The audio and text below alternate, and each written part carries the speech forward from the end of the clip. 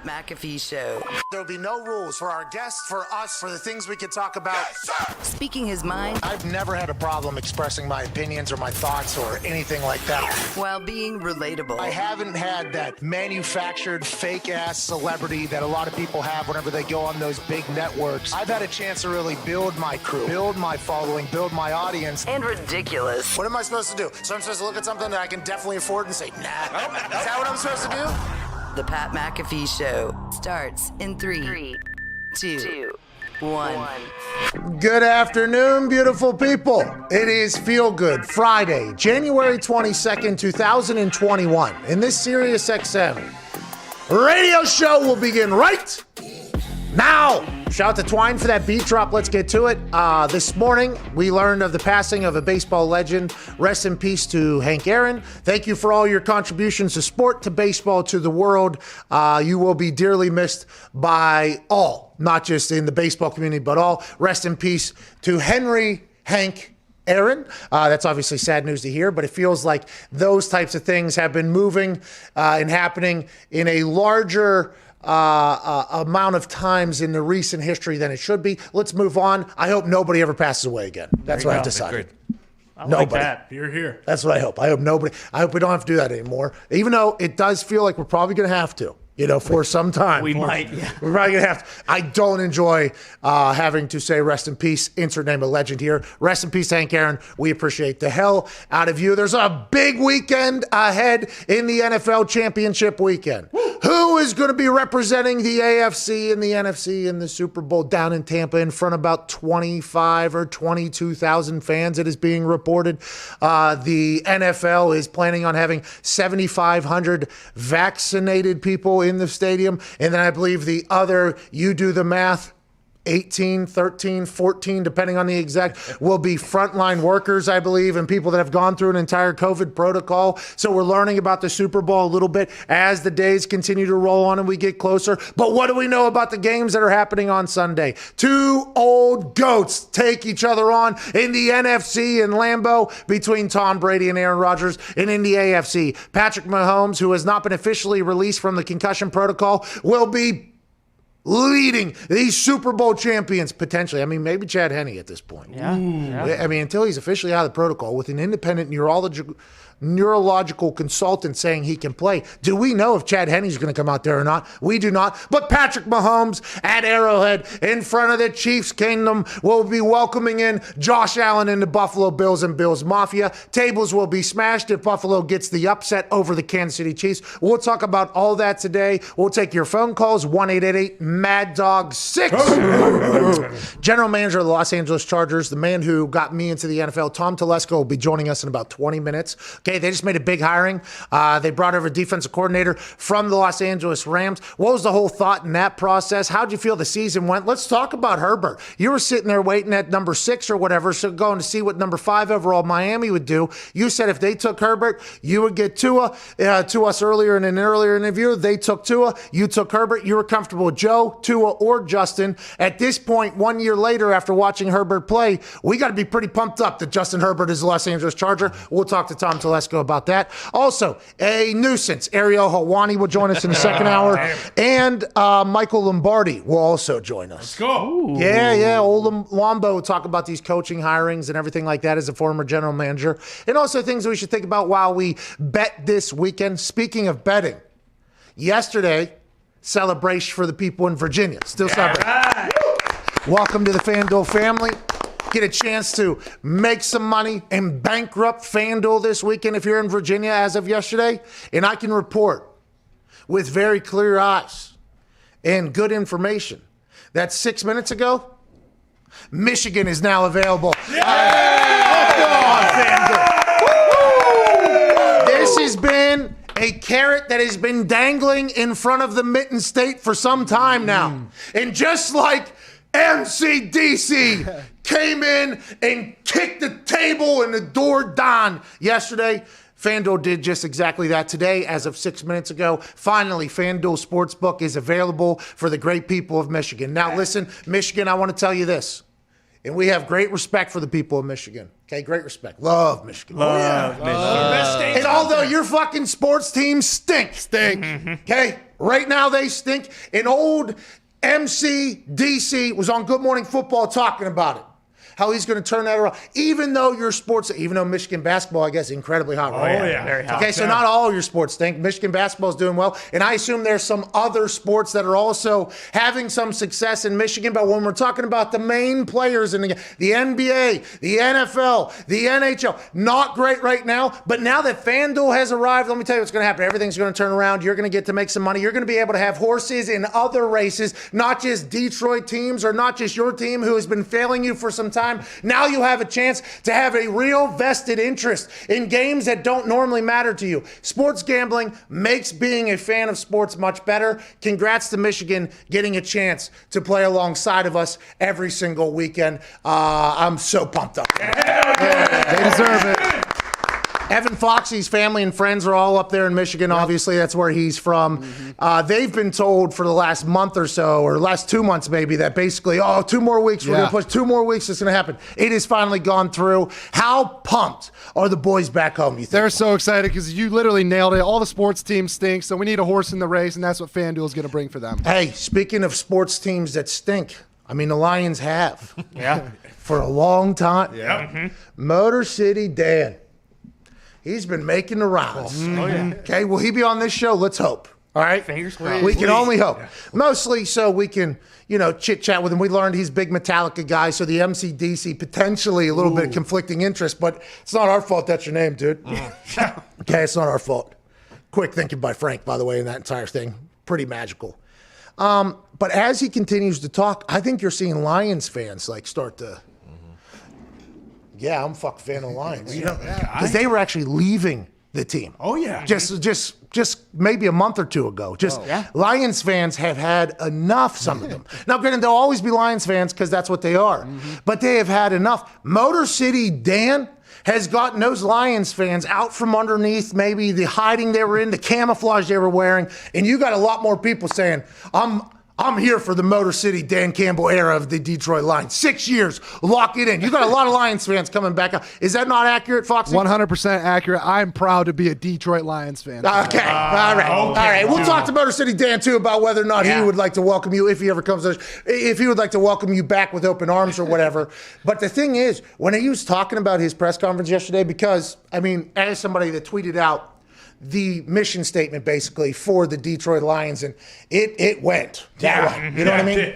And anytime I've talked to a couple of my friends who are potentially in the media business who have tweets that go very large, and then anytime you get something that gets retweeted 3,000, 4,000, 5,000 times, you're going to find the enemy of what you're tweeting. Okay, that's just how it's going to go. At some point in the retweet number, you are going to insert a timeline of somebody or a mass of people that do not appreciate what you have going on. That happened yesterday at Old Mercy, Dan. I watched it happen in my notifications. Yeah, I watched it happen in my notifications, all right? A lot of people talking about, how is this guy one of the 32 head coaches in the NFL? How does this guy get a job over, a lot of people are saying Eric Bieniemy. A lot of people, by the way, if you're Eric Bieniemy, would you take the Detroit Lions job? That's just a question being 100% real. How many coaches you think wanted the Detroit Lions job? Eric Bieniemy should be a head coach. Listen, a lot of success. We are on that side. But I also would like to ask the question, if you're Eric Bieniemy and you haven't been given an opportunity, would you take the Detroit Lions opportunity because they gave you one? Or would you go, I could probably run this back again with this team next year and probably have a head coach? And hopefully, even though it's been Tuesday, that's neither here nor there. There's a lot of people that hated old Dan Campbell's way of doing things yesterday. I seen him on my Twitter. He was asked about it this morning on Good Morning Football, and he said, I'm talking to Motown here. Yes, that's right. That's what he said. He wasn't trying to impress somebody in New York or in LA. No. He was talking to his players in the city of Detroit. And I was like, I'll tell you what, he's not lying. But he had to know that whenever he started getting into the gnawing of the kneecaps, people outside Detroit and his locker room were going to talk about it. And I think he doesn't even give a single fuck about any of that. No. Motor City Dan Campbell is going to be a lightning rod in the NFL. If I'm watching if his interviews somehow remain the same way they have been here the last, 24 hours? Yep. This is going to be a good run here. And will they win games? We have no idea. Okay, they got no wide receivers. Wide receivers are all gone. Yeah. Matthew Stafford probably out the door. I mean, Boomer Esiason, I don't know who all he knows, but he said he's hearing that Matthew Stafford's out. Did he hear that from us yesterday? Because we just said that. I said that as like, get him out, like save him. But it seems like there's Matthew Stafford's potentially out. He was asked about it this morning. He said it'd be way too early for me to tell you about Matthew Stafford's future or anything like that. It feels like that's going to be a very new team. And it might take a couple days, maybe a couple months, maybe even a couple years. And that's why you signed a 6-year deal, to find the people that will be the Achilles heel gnars, the kneecap biters, the kicked in the mouth and smile. That's going to be tough, I think, to assemble an entire team, but it sounds like that's what they're looking to do. Will they go 1-16 next year because there's potentially 17 games? Will they go 9-8? Nobody knows, I don't think, at this point, and especially until we find out if Matthew Stafford's quarterback or not. At-Tone Diggs, your thoughts? There was a wide range of opinions on MCDC here in the office yesterday. What? But as you can say, he resonated with the Detroit fans. He resonated with the Rust Belt fans in this office. Yeah. The one fan that he did not resonate with was the East Coast elitist masshole. Wow. Which makes sense. He's not talking to those people. He's talking to Rust Belt. He's talking to Detroit. Yeah. He doesn't care if those coastal elitists care. They did not like him. The coastal elitists. No. It wasn't just our coastal stooge that didn't like him. Oh, that's right. And by the way, I'm not necessarily saying that is a team I would want to play for. Sure.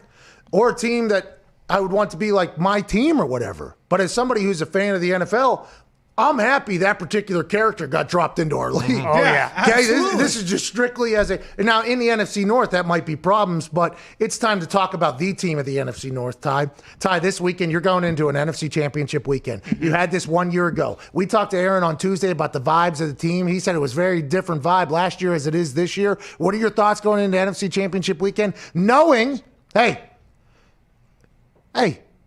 Packers are 120 minutes away from Super Bowl. We're close here. It feels 120 minutes away from Super Bowl championship. It feels a lot different than it did last year. I mean, because last year when they played the 49ers the first time, it was kind of the same story. They just ran it down their throat, and you could tell, like, okay, these teams are in two different classes. So they got the doors blown off. It was pretty easy to just kind of throw that away. I mean, I'm feeling very good. At this point, seeing all the stuff all week, I'm kind of just like, I just want to watch the game. I'm tired of hearing all the bullshit surrounding it, but I think if the Packers don't turn the ball over, I think they're going to win. I will say our show is actually the bullshit surrounding it, so you have to speak about it. I know. And being a Packers representative, that is something that, you have been asked to do a lot. And I can understand how you could say, hey, let's just get to the fucking game.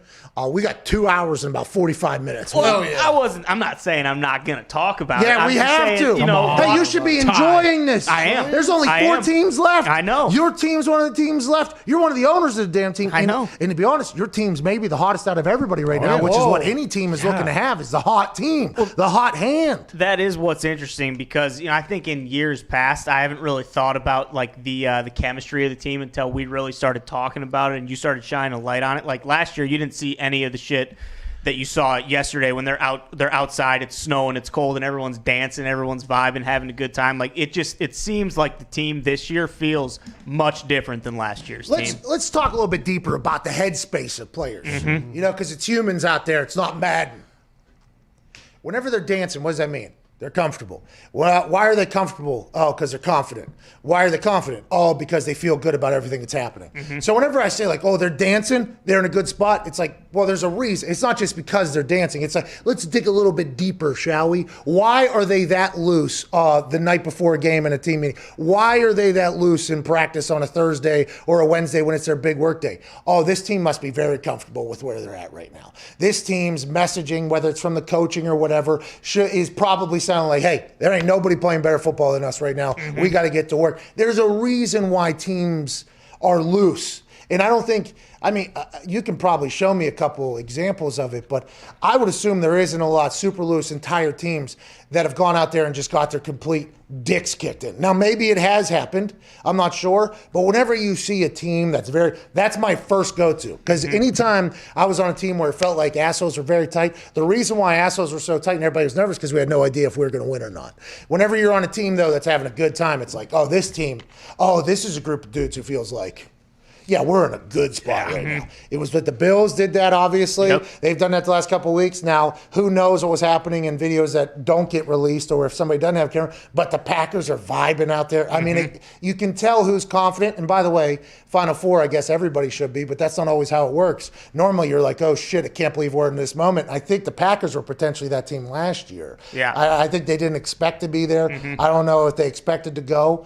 But, man, there's a reason why that type of confidence is something that should be talked about and taken a little bit more serious. If a team likes each other, they're probably gonna play harder for each other. That's just a natural thing. Think back to your high school. Like whenever you were boys with somebody, you probably, tried harder with that person as opposed to if you have people that don't like each other, which happens in locker rooms because whenever you start failing, by the way, normally a lot of fingers get pointed, especially if there's a lot of money on the line and some people can potentially feel like they get left with their hand outside of the pot. So whenever you see a team vibing, I think it's a good deal. I think it's a really good deal. Well, and Rodgers alluded to it on Tuesday. He said, like last year, it's not that they didn't expect to be in the NFC Championship, but they kind of just got there and like everything was still kind of new. And this year, it's not like that at all. I mean, it does kind of worry you a little bit. Not that it should about them getting the doors blown off earlier in the season, but that is kind of in the back of my head, somewhere. But like Rodgers said too. I mean, the Tampa Bay got blown out by 38-3 and at it was home. just fine. So we'll see. Hopefully the elements. Hopefully it's really cold and snowing. I mean, I think that only goes in the Packers' favor. But that is also what he talked about with the 38-3 thing.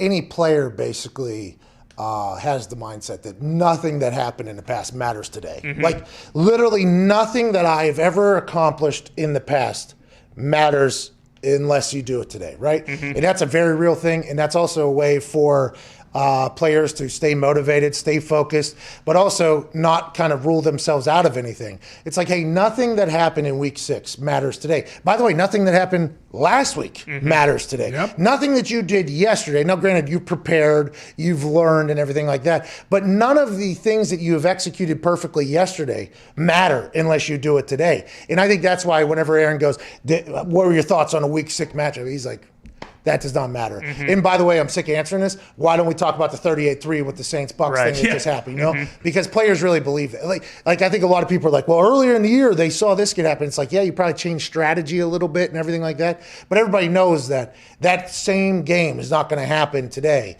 And there is a way to control it today. You can't control it. It's just, for me, it's very interesting to see the media's take on things and then what real life is. You know what I mean? Because it's two different things. One has to talk about something. One has to do this something. But the person that's talking about something also has to have stories and everything like that. So I'm kind of starting to understand why people are doing it. I mean, we go bonkers in here when people are dancing. But if somebody can show up and lay a fucking egg, any team can do that. Yeah. Any team can do that on any day. It's happened to the absolute best. That's why week 6 does not fucking matter to anybody. Or it shouldn't matter to you at all either. Championship weekend, real quick, Connor. Your team's probably never going to be in this weekend ever again. You were there for 20 straight years. Yeah. What's the mindset for the Patriots fans, huh? Glad I had to run for the Patriots fans. I think you're just hoping Brady doesn't make it so that he doesn't win 7, and then you never see him in a Patriots uniform ever again, like Peyton with the Colts. Yeah. But, I have my money on Bucks Chiefs in the Super Bowl, so I will be pulling for Tom Brady and the Bucks to then lose to Mahomes in the Super Bowl. It's very nice of you to go against our guy,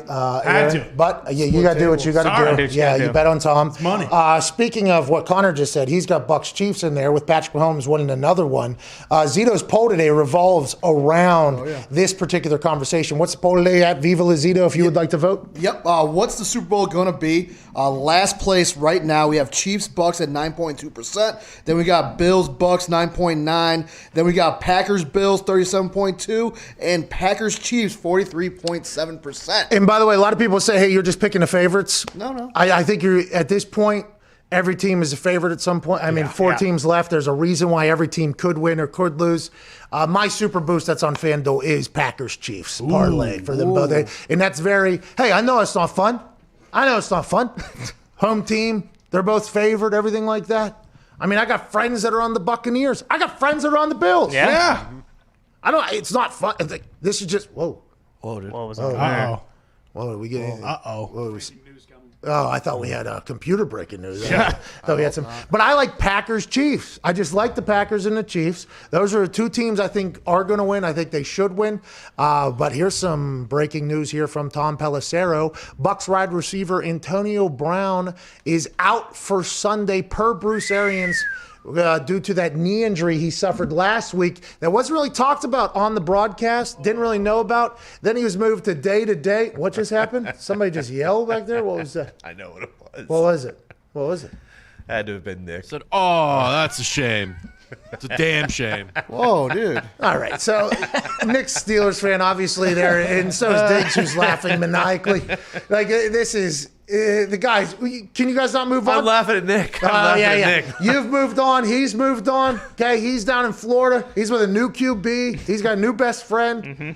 And now he's out. That's a shame. He made a hell of a comeback, had a hell of a run going there at the end of the season. Now he's out for the championship game. I would assume he'll be back for the Super Bowl if they make it. But now he's one less weapon.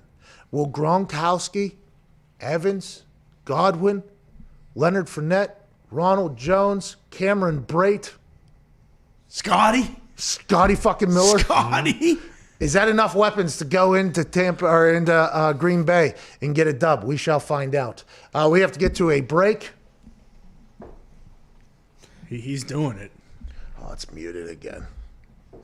Why is it mute all of a sudden? Damn thing. Spotify's turned.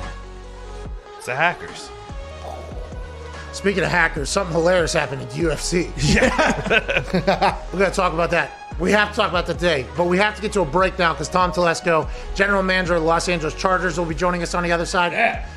Allegedly, over there on Fight Island, one of the fighters or one of the members of the team, I haven't got the story complete yet.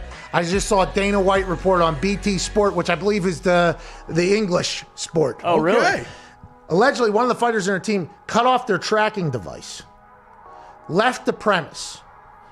3 of them left the premise, gave their tracking bands to some random.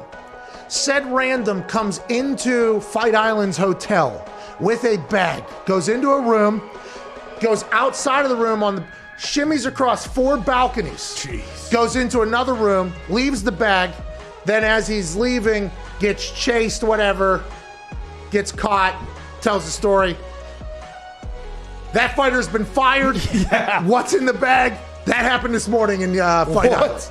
Yeah, it's insanity. One of the fighters gave their thing to somebody else. They came in with a bag. What's in the bag? What's in the bag? What's in the bag? What's in the bag? What's in the bag? These are things we'll have to find out at a later date because we have to get to a break because Tom Telesco joins us on the other side. Congrats to Michigan becoming FanDuel availability up there. Let's go. Friday, January 22nd. We'll see you on the other side. Sirius XM Channel 82, Mad Dog Sports Radio.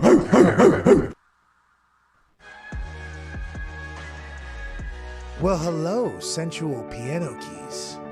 You sound incredibly inspirational and motivational. Big announcement coming from our company. You know, throughout my entire life, I've made decisions that people have said, ooh, that is stupid. You've read about them, you heard about them. When I was in high school, I went to an underground poker game, won $1,400, flew myself down to Miami, won a kicking contest, and got a scholarship to West Virginia the next day. I turned my back on soccer that day. Everybody said, you're an idiot. Why are you doing that? You have more schools looking at you for soccer than you do for football. What are you thinking? Fast forward 8 years with the Indianapolis Colts, and I was on top of the world, top of the mountain. How's the view? Not too shabby. And when I was at the top of my game, I decided, you know what? I'm going to pursue some other stuff. My friends and I are going to go to work on the internet. We're going to try to chase fulfillment as opposed to just a paycheck. And there were some interesting responses from people of power in the sporting world. Make them tear the uniform off of you. Sure. Look, somebody needs to stage an intervention. People who know this guy, Get to him now. Make him put his helmet back on and get to camp. Oh, no, there's no intervention, Wilbon. No, no, no. Here we are 3 years after that date, and it's a celebration, bitches. Cut the music. Let's hand out some bags to the boys. For the boys. For the boys.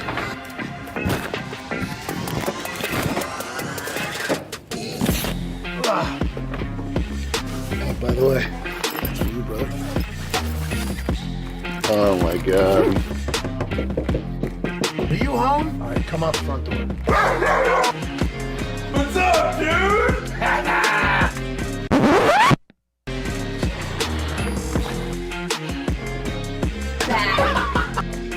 What is this? What's this? Oh, you son of a bitch. What the fuck? Fuck you. Oh my God. Oh yeah, it is the bag of money. Oh, FanDuel deal went through. There's $50,000 in there for you. Here's a backpack with $50,000 in it. Oh, 50,000 in there. Oh my God. Yeah, so there's $50,000 in there. Yeah, so there's $50,000 in there. Are you fucking serious? Let's go. Rubber bag.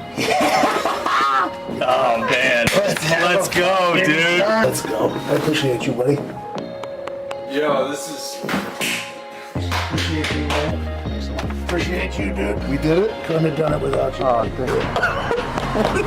Dude, it's a fuck ton of money. You guys.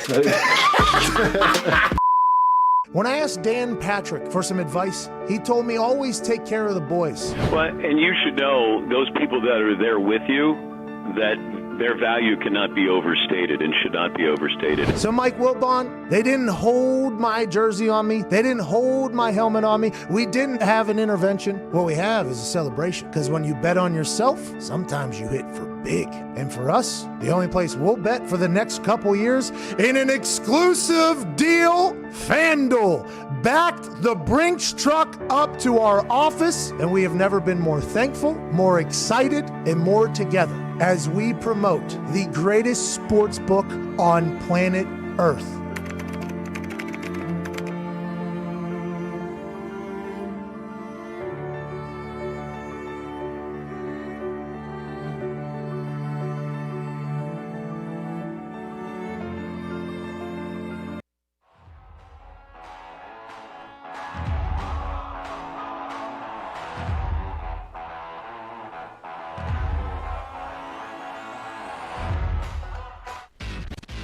Do not talk about Pat McAfee. Do not talk about Pat McAfee. One fight at a time, fellas. The Pat McAfee Show.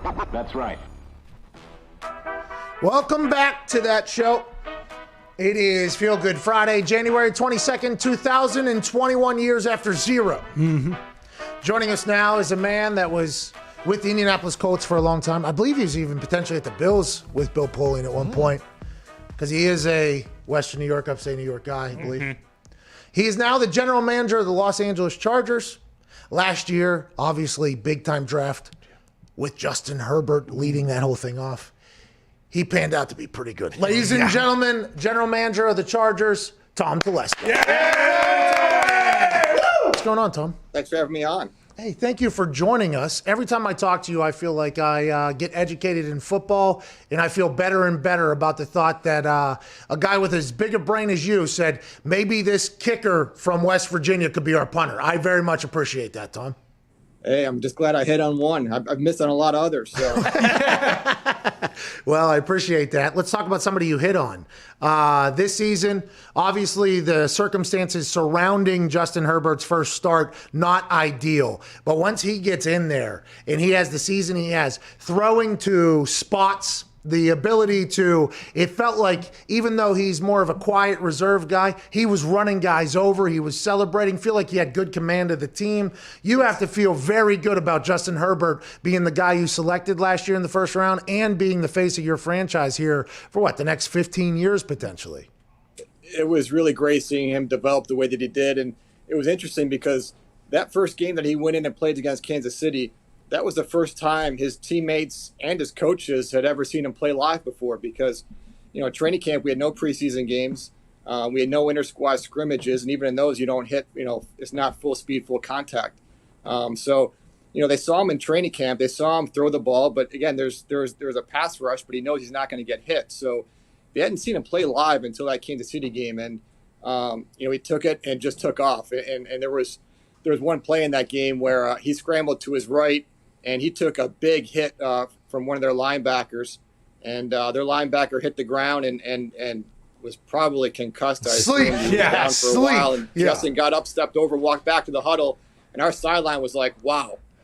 So that kind of, you have to see those things. His teammates need to see that and to see the type. And that's how you start to lead, when they see, what your toughness level is, how you handle your in-game situations. And it just kind of grew from week to week after that. Tom, evaluating quarterbacks on whether or not they'll be able to transition, which, by the way, I would assume that's why a lot of the players on the team were like, well, we haven't seen them live. And we've all seen quarterbacks that are great in college. Then for some reason, when they get in the NFL, they just can't figure it out. When you were evaluating Justin Herbert, what are some things that made you go like, okay, I think this guy's game, there's a likelihood that this guy's game will transition into the NFL. Not that they all will. I mean, there's a long, long list of people that have not made it. But what were some traits you think you saw from him in college or in a meeting with him that whenever he got to the NFL, he would do exactly what he did? Was there anything you could kind of put your finger on?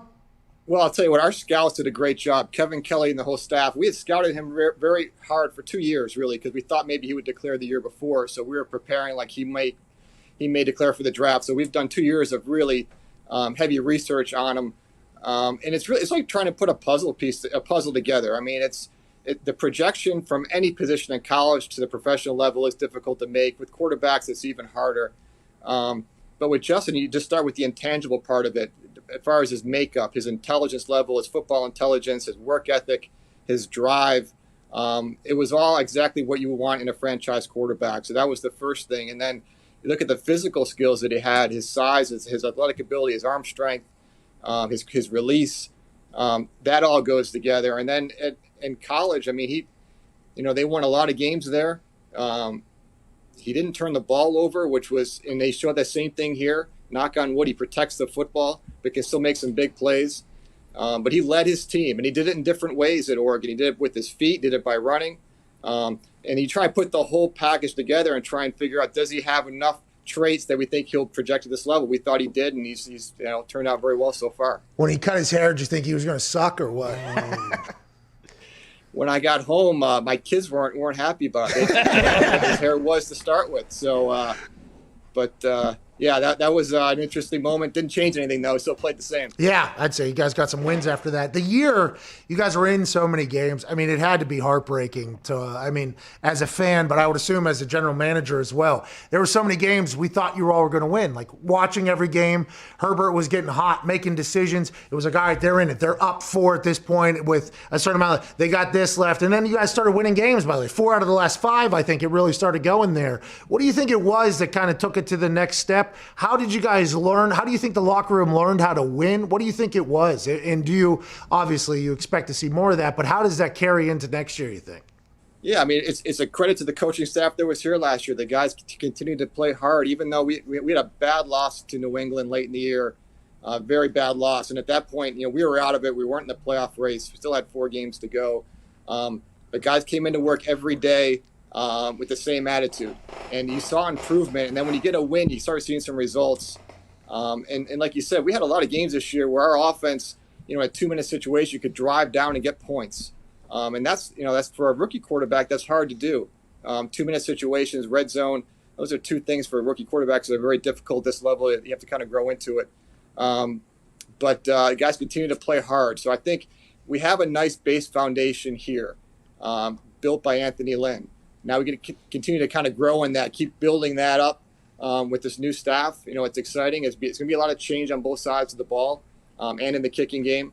But we're excited. It's going to be a new Chargers team as we move into 221, but we're excited about it. Okay, let's talk about the transitions that you've had to make here. Obviously, it's never easy. I assume you and Anthony Lynn had a great relationship. I mean, we saw that in Hard Knocks, and it seems like you guys have had a great working relationship. Making that decision, I don't know how, is that you, the owner? Is that a full, how does that whole process go? And is that the most difficult decision of your job? Is that the most, is that the worst part of the whole thing?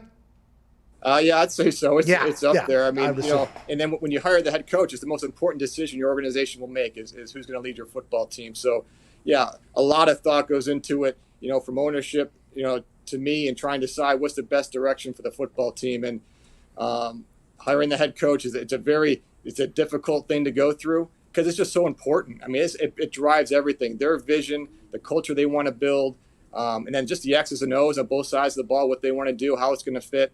So it's a long process. It's a grueling process, but it's something you go through and you work as a group together and try and find the best coach you can. But yeah, it's not a pleasant process at the forefront of it, but I think we got the right guy in the end. Yeah, we'll definitely talk about the guy you chose to hire. He doesn't, unless he has to move, I guess, south a little bit in the city there.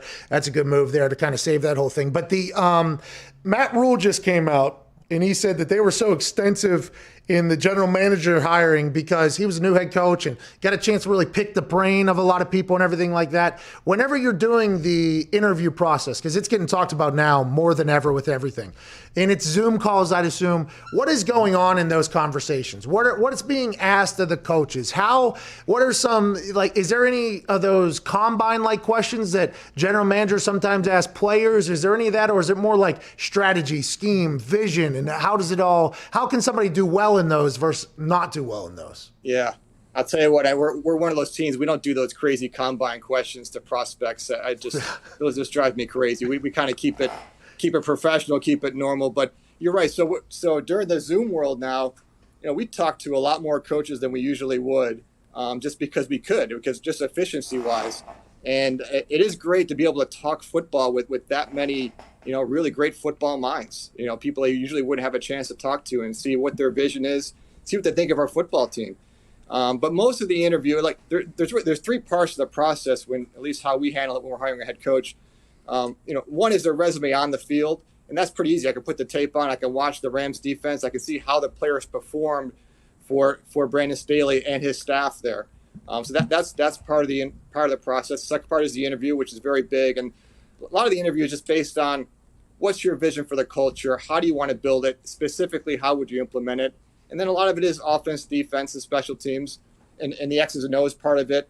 What kind of staff you want to put together, what traits those assistant coaches have to have, and then it could even get more detailed into how you handle training camp, how you handle the regular season schedules, practice schedule. I mean, it could go on for hours and hours and hours. You have to, and each interview kind of goes in their different ways. You may talk about your own personnel. And the third part is that vetting process of talking to other people that know that coach, but trying to find objective opinions, fair and balanced, which is not always easy to do. And a lot of people have agendas. And the same thing when we scout players. I want to get objective thoughts on them. Just like when we scouted you at West Virginia, we would talk to all the people at West Virginia about you, and they gave us the full scoop. And then you came in to visit with us, and it was all yes sir, no sir. I'm like, I don't know. Is this what West Virginia? But he seemed like a great kid when I met with them, in the meeting room. So we try and put that all together, and look, it turned out just fine. Well, he had a couple. Find those objective comments from people, and they try and tie it all together after that. Yeah, there were some bumps in the road there early, but one big one. It was all alleged, obviously. But aside from that, I think we kind of turned it around. What I thought you were going to hire Dable. You went to high school together. That was a foregone conclusion. Yeah. Somebody came on. Orlovsky came on our show and said, "Why do you think Chargers haven't hired a head coach yet? They're hiring Dable. Went to high school, offensive guy. Look what he did with Josh. He'll do it. Was that? Why didn't you hire Dable at some point? I heard. I've been very fortunate. I'm watching the Bills-Ravens game last week. They showed both offensive coordinators up in the booth, Greg Roman and Brian Dable, and they were both teammates of mine, one in college, one in high school. So I've been very lucky to, be around some great coaches. And I've been in the league for 25 years, so I've also worked with great coaches. So, it was an interesting footnote. I've known Brian a long time. He's an excellent coach. You've seen that this year, and I've seen that throughout his career. But as we went through this process, we tried to keep an open mind through the whole process. There were no favorites. We didn't rank the candidates. I just didn't believe in that. It's really the same way I look at the roster. As we go through training camp, I don't start looking at numbers and try and look at position groupings until the end. I want to get all the information in so we can make a really good decision. But Brian was great. He had a great interview, actually great resume on the field. Obviously, everyone speaks highly of him, and I know him well. But we just felt like in the end we felt Brandon Staley was the best person for this job right now. Listen, definitely want to talk about Brandon Staley being a head coach and everything you guys got cooking over there. But I would be remiss if I didn't ask, did you interview Motor City Dan Campbell? Did you interview Motor City Dan Campbell to be the head coach over there? Did he get an interview with you guys? We did not, no. Oh, damn. Did you see his press conference yesterday? I saw a clip of it, yeah.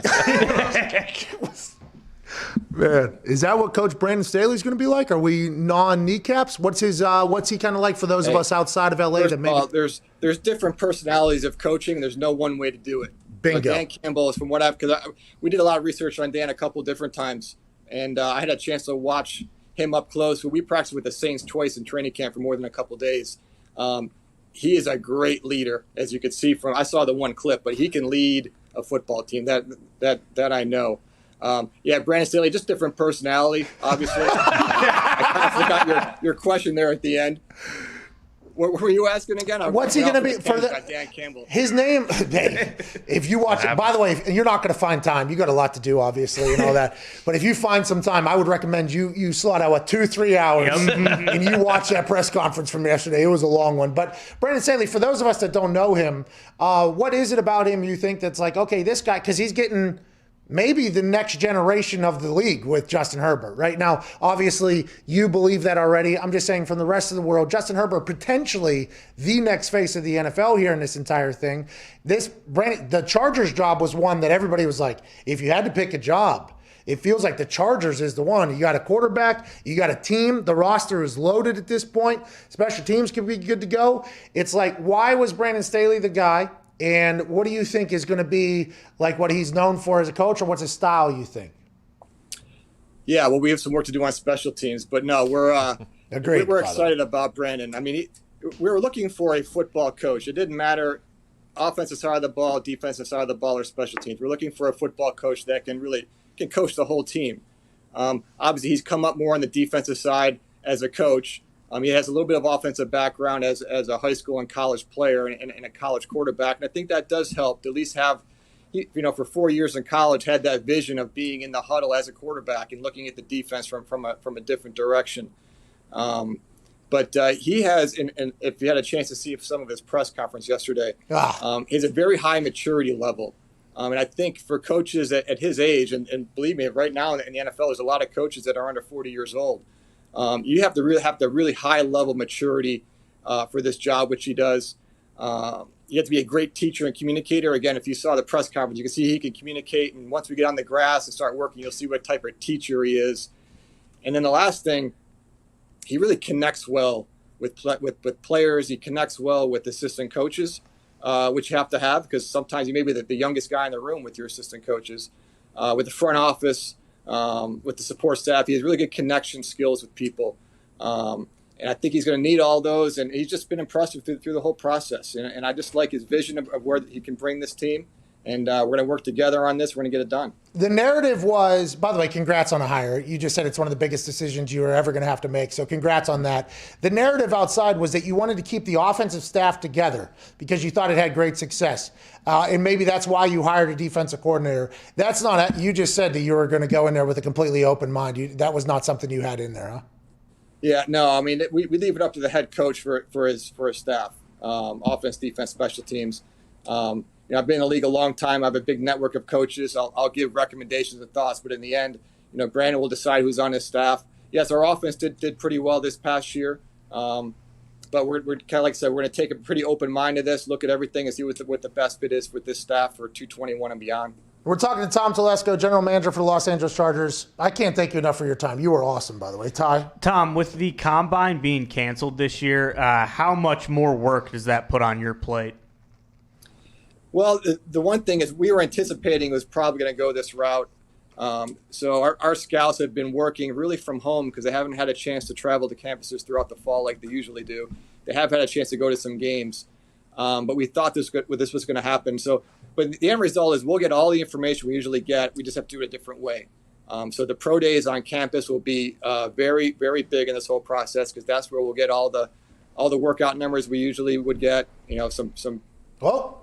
Whoa, oh, boy. Whoa. Oh, who is it? Is it Goodell? What's he saying? You still there? Yeah. Do you just get random calls from like Roger Goodell? Is that Roger Goodell right there? Must be. Let me see here.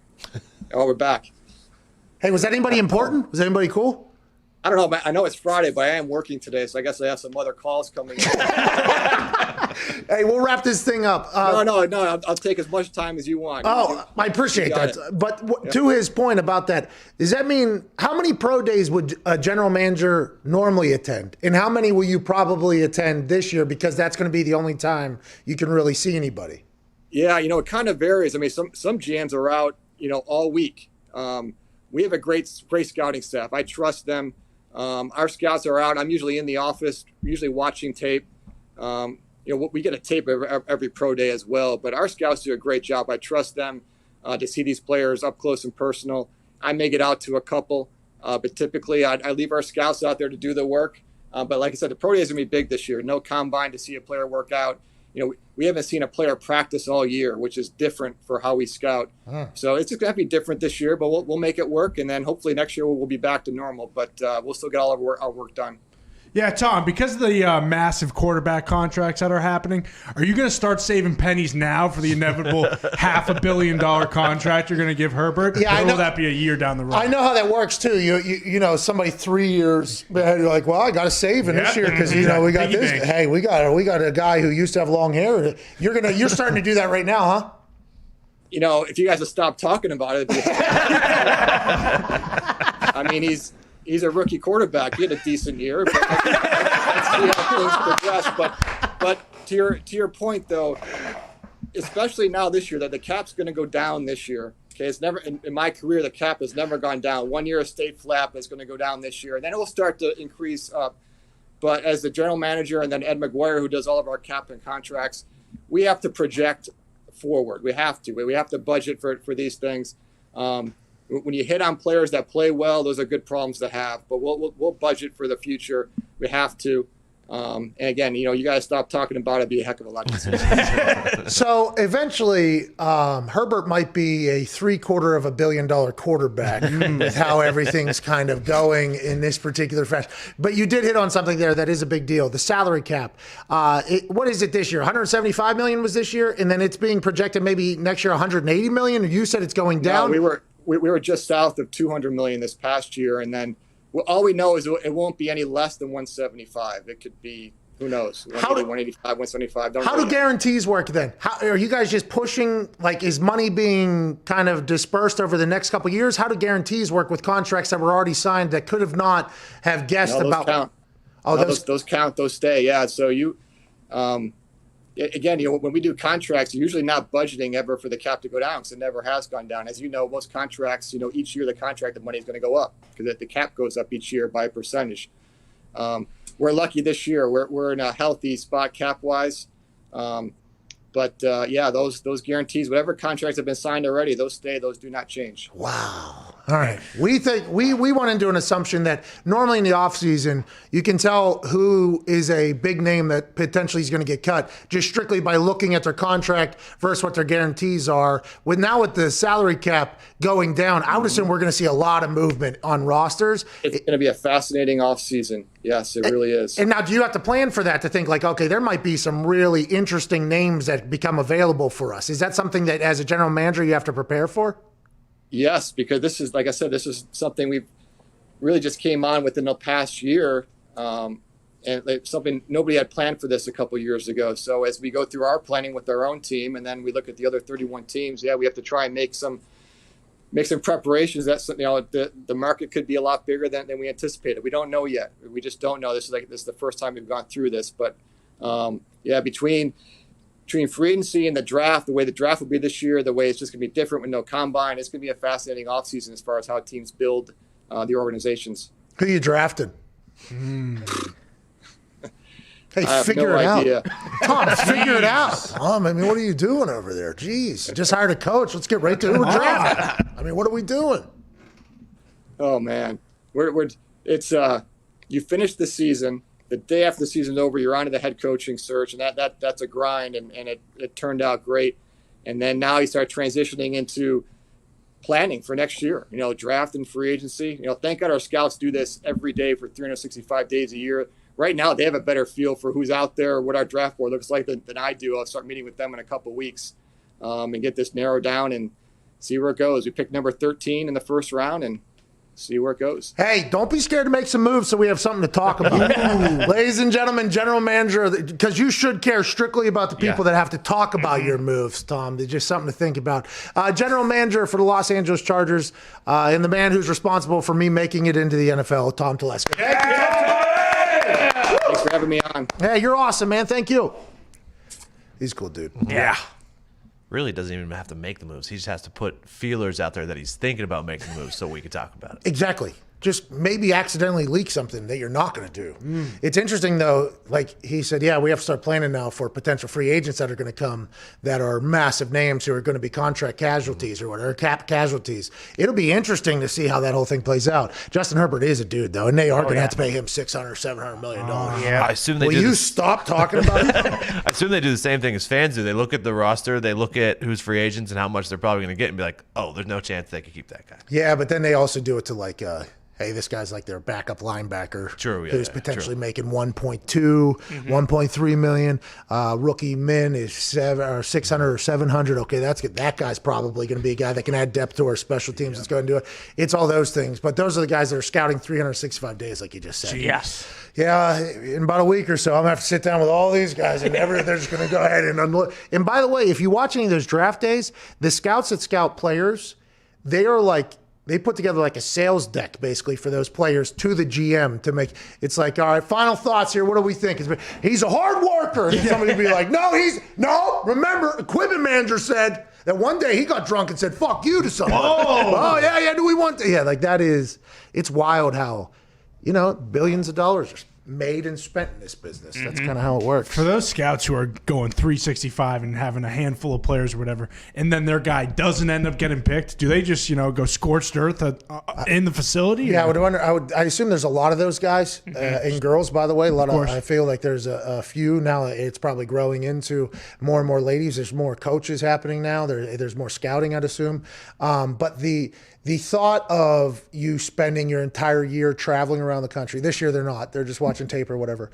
Traveling around, acquiring all these notes. Yep. Okay, and I do believe a college scout that's on the road, Mitt might know this better than me, to be honest with you. Not that I need the answer from Mitt, because if he's wrong, then, Mitt will get buried, and Mitt doesn't deserve to be buried. But you're not making a lot of money either. I think you're staying in pretty terrible hotels. You're eating pretty terrible food. But if you become known as a scout that finds a couple gems, though, all of a sudden, guess what? You start moving up the ranks all of a sudden. Yeah, climbing that ladder. This guy, and that's how you get there. Tom had to do it at one point, I'd assume. That's kind of how it goes. Him saying, though, I got a lot of trust in my scouts is a pretty good leader thing. It's like, I could go to every single pro day, but also we pay like 13 guys to go to each one of them. They should probably do something. Is a combine... Combine? Tony. Even that important anymore? Because don't they just use the numbers from the combine and see if it translates to the tape? Like, they could get those numbers from... Yeah, it was very interesting. And Mansouri said, he went in my ear during the conversation, and I forgot to ask it, but I wonder what, in all businesses, COVID-19 protocols have brought that is like, we could have not been doing this for a long, long time. Yeah. You know what I mean? Like, a lot of people in the media industry lost their jobs because it was very quickly realized, these 10 jobs here you guys aren't fucking doing a goddamn thing. Yeah. Irrelevant. See you later. Now, it stinks that they all lost their jobs, obviously. Of course. We don't want anybody to ever lose their jobs. But what we're saying is it feels like there are some things moving forward from the 2020 year that will probably be carried on, that people will be like, this actually started because of blah, blah, blah. Wait till you hear this. It used to be they'd all come to Indianapolis, every single one of them, they would run on the field and everything like that. It's like, really? What a waste of time. It's like, well, yeah, I guess now that you think about it, but it was cool for a while. Mitt, you had an answer for the regional scout? Yeah, I have an answer for that. And for Tone's question, the combine, I feel like from talking to my dad is more the face-to-face interviews, which have now turned into Zoom. Kind of get to know a person. And then also the regional scouts, they're stationed in usually a region, and then they'll take a conference, like the Pac-12 stationed in somewhere in California. Oh, and they just live out there. Okay. Yes, SEC stationed somewhere in South. Okay, thank you, Mitt. Attaboy, Mitt. Attaboy, Mitt. Appreciate you, Mitt. Hey, Mitt's really up in the ante in what he's doing around here. Yeah. Oh, yeah. Speaking of, I entered the Oculus Arena last night, became a streamer. Ooh. We'll talk about that on the other side, plus some phone calls, and a despicable human will join us. Ariel Helwani's on the other side. This is the Pat McAfee Show, Friday, January 22nd. If something happens one time, anomaly. Happens 2 times, it's like, oh, okay, maybe. But whenever there's a trend of 18 plus, 20 plus things being predicted, you got to go like, hey, Groening, the gig's up. We know. You're a time traveler. Just tell us. Bro, I just want to talk to you. I got so many questions.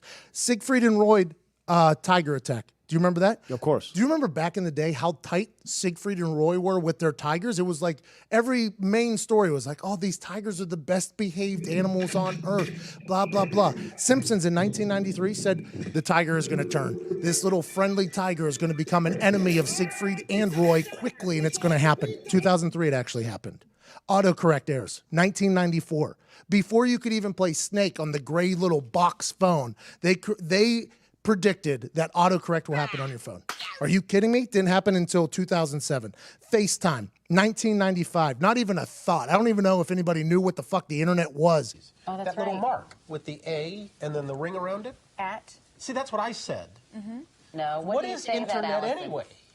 In 1995, they said, don't worry, you'll be carrying around a device where you will be face-to-face with somebody on the opposite side of Earth. 1995, they said that. 2010, it happened.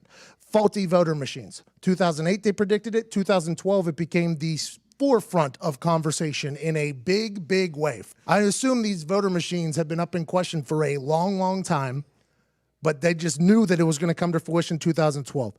No, I want to vote for Obama. 2 votes for McCain. Come on, it's time for a change. 3 votes for McCain. The God particle. Now, this is the big one. Ty Schmidt did research. He said the God particle is the absolute reason why he is 1,000% a time traveler. Homer Simpson got up there like fucking Matt Damon in that movie where they have that Good Will Hunting. Good Will Hunting, and draws up this equation for what the God particle is, which what is the God particle? Yeah, it's basically this equation that essentially like explains how the universe was created. And they did that in 1998, and the exact equation happens in 2012. That's unheard of. 14 years ahead of time. They got Homer Simpson up there looking like that goddamn janitor from Harvard, solving equations up on a chalkboard, and 14 years later, it's like, yeah, that's actually how the universe was founded. It's like, wait a fucking minute, little comedy writer with the goddamn yellow cartoon, bro. That's insane. The NSA spying scandal.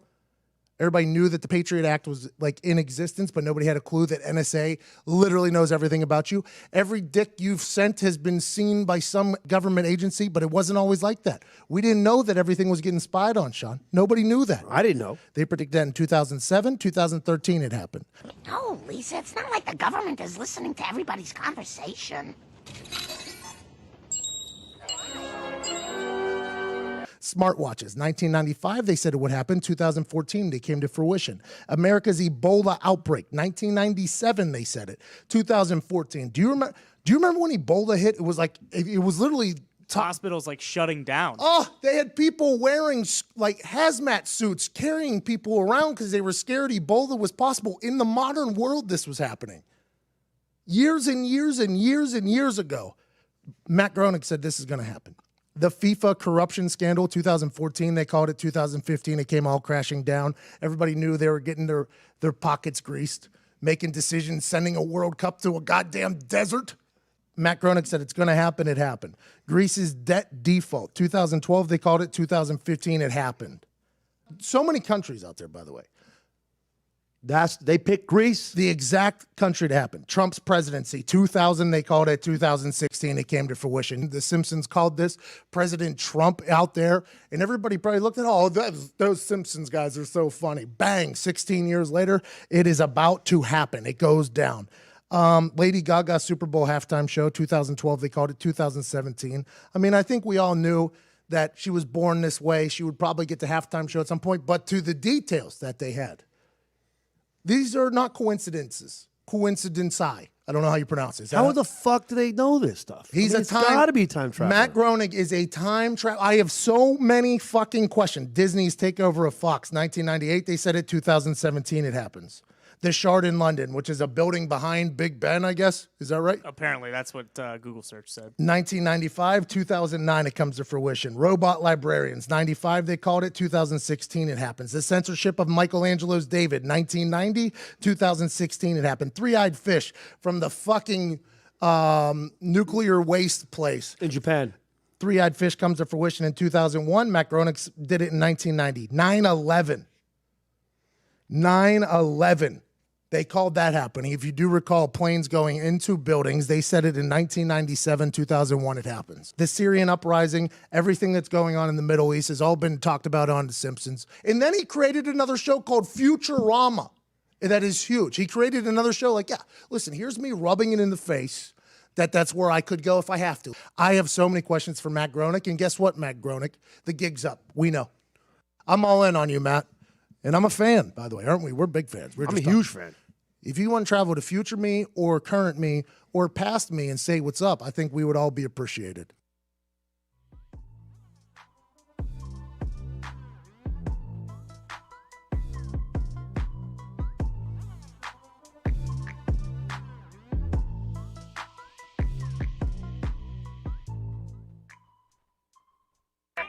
The Pat McAfee Show.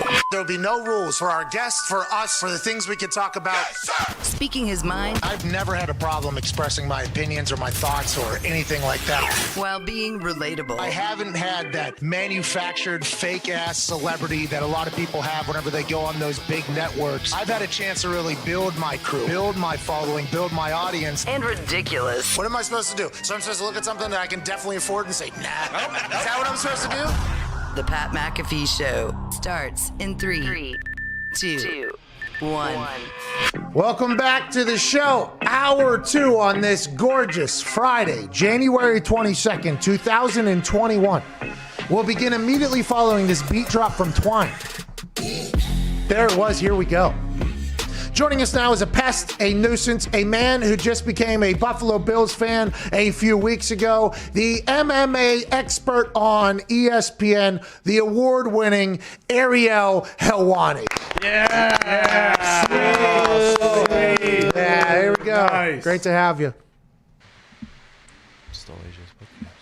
What's going on, dude? What do you have to say, Patrick? I just said everything I had to say. You're a pest. You're a nuisance. You just became a Bills fan a couple weeks ago, but you are an MMA expert, and there's a rather large fight this weekend, and you had an exclusive interview 1 week ago with one of the pretty, notable humans that are going to be in the fight. So this is me doing my due diligence for the listeners and watchers of this show to get some information on something that's happening this weekend. What are you doing? You look weird. You look creepy. You look like you're too close to the goddamn camera. Looks like the books behind you have never been opened. Looks like you're confused on what show you're on. Looks like you got a Buffalo Bills jersey on, the same one from last week, the same one you've owned for about 3 weeks at this point. It's still got press marks on it. It's still got everything like that. But the Buffalo Bills are still in the playoffs, so I guess you can come dance on some graves a little bit. What are you wearing, Patrick? Well, listen, will you zoom out, please? Yeah. Can we, please? No. This has been on here all week. No. All week. All week. That's not the deal. Listen to me. That's not the deal.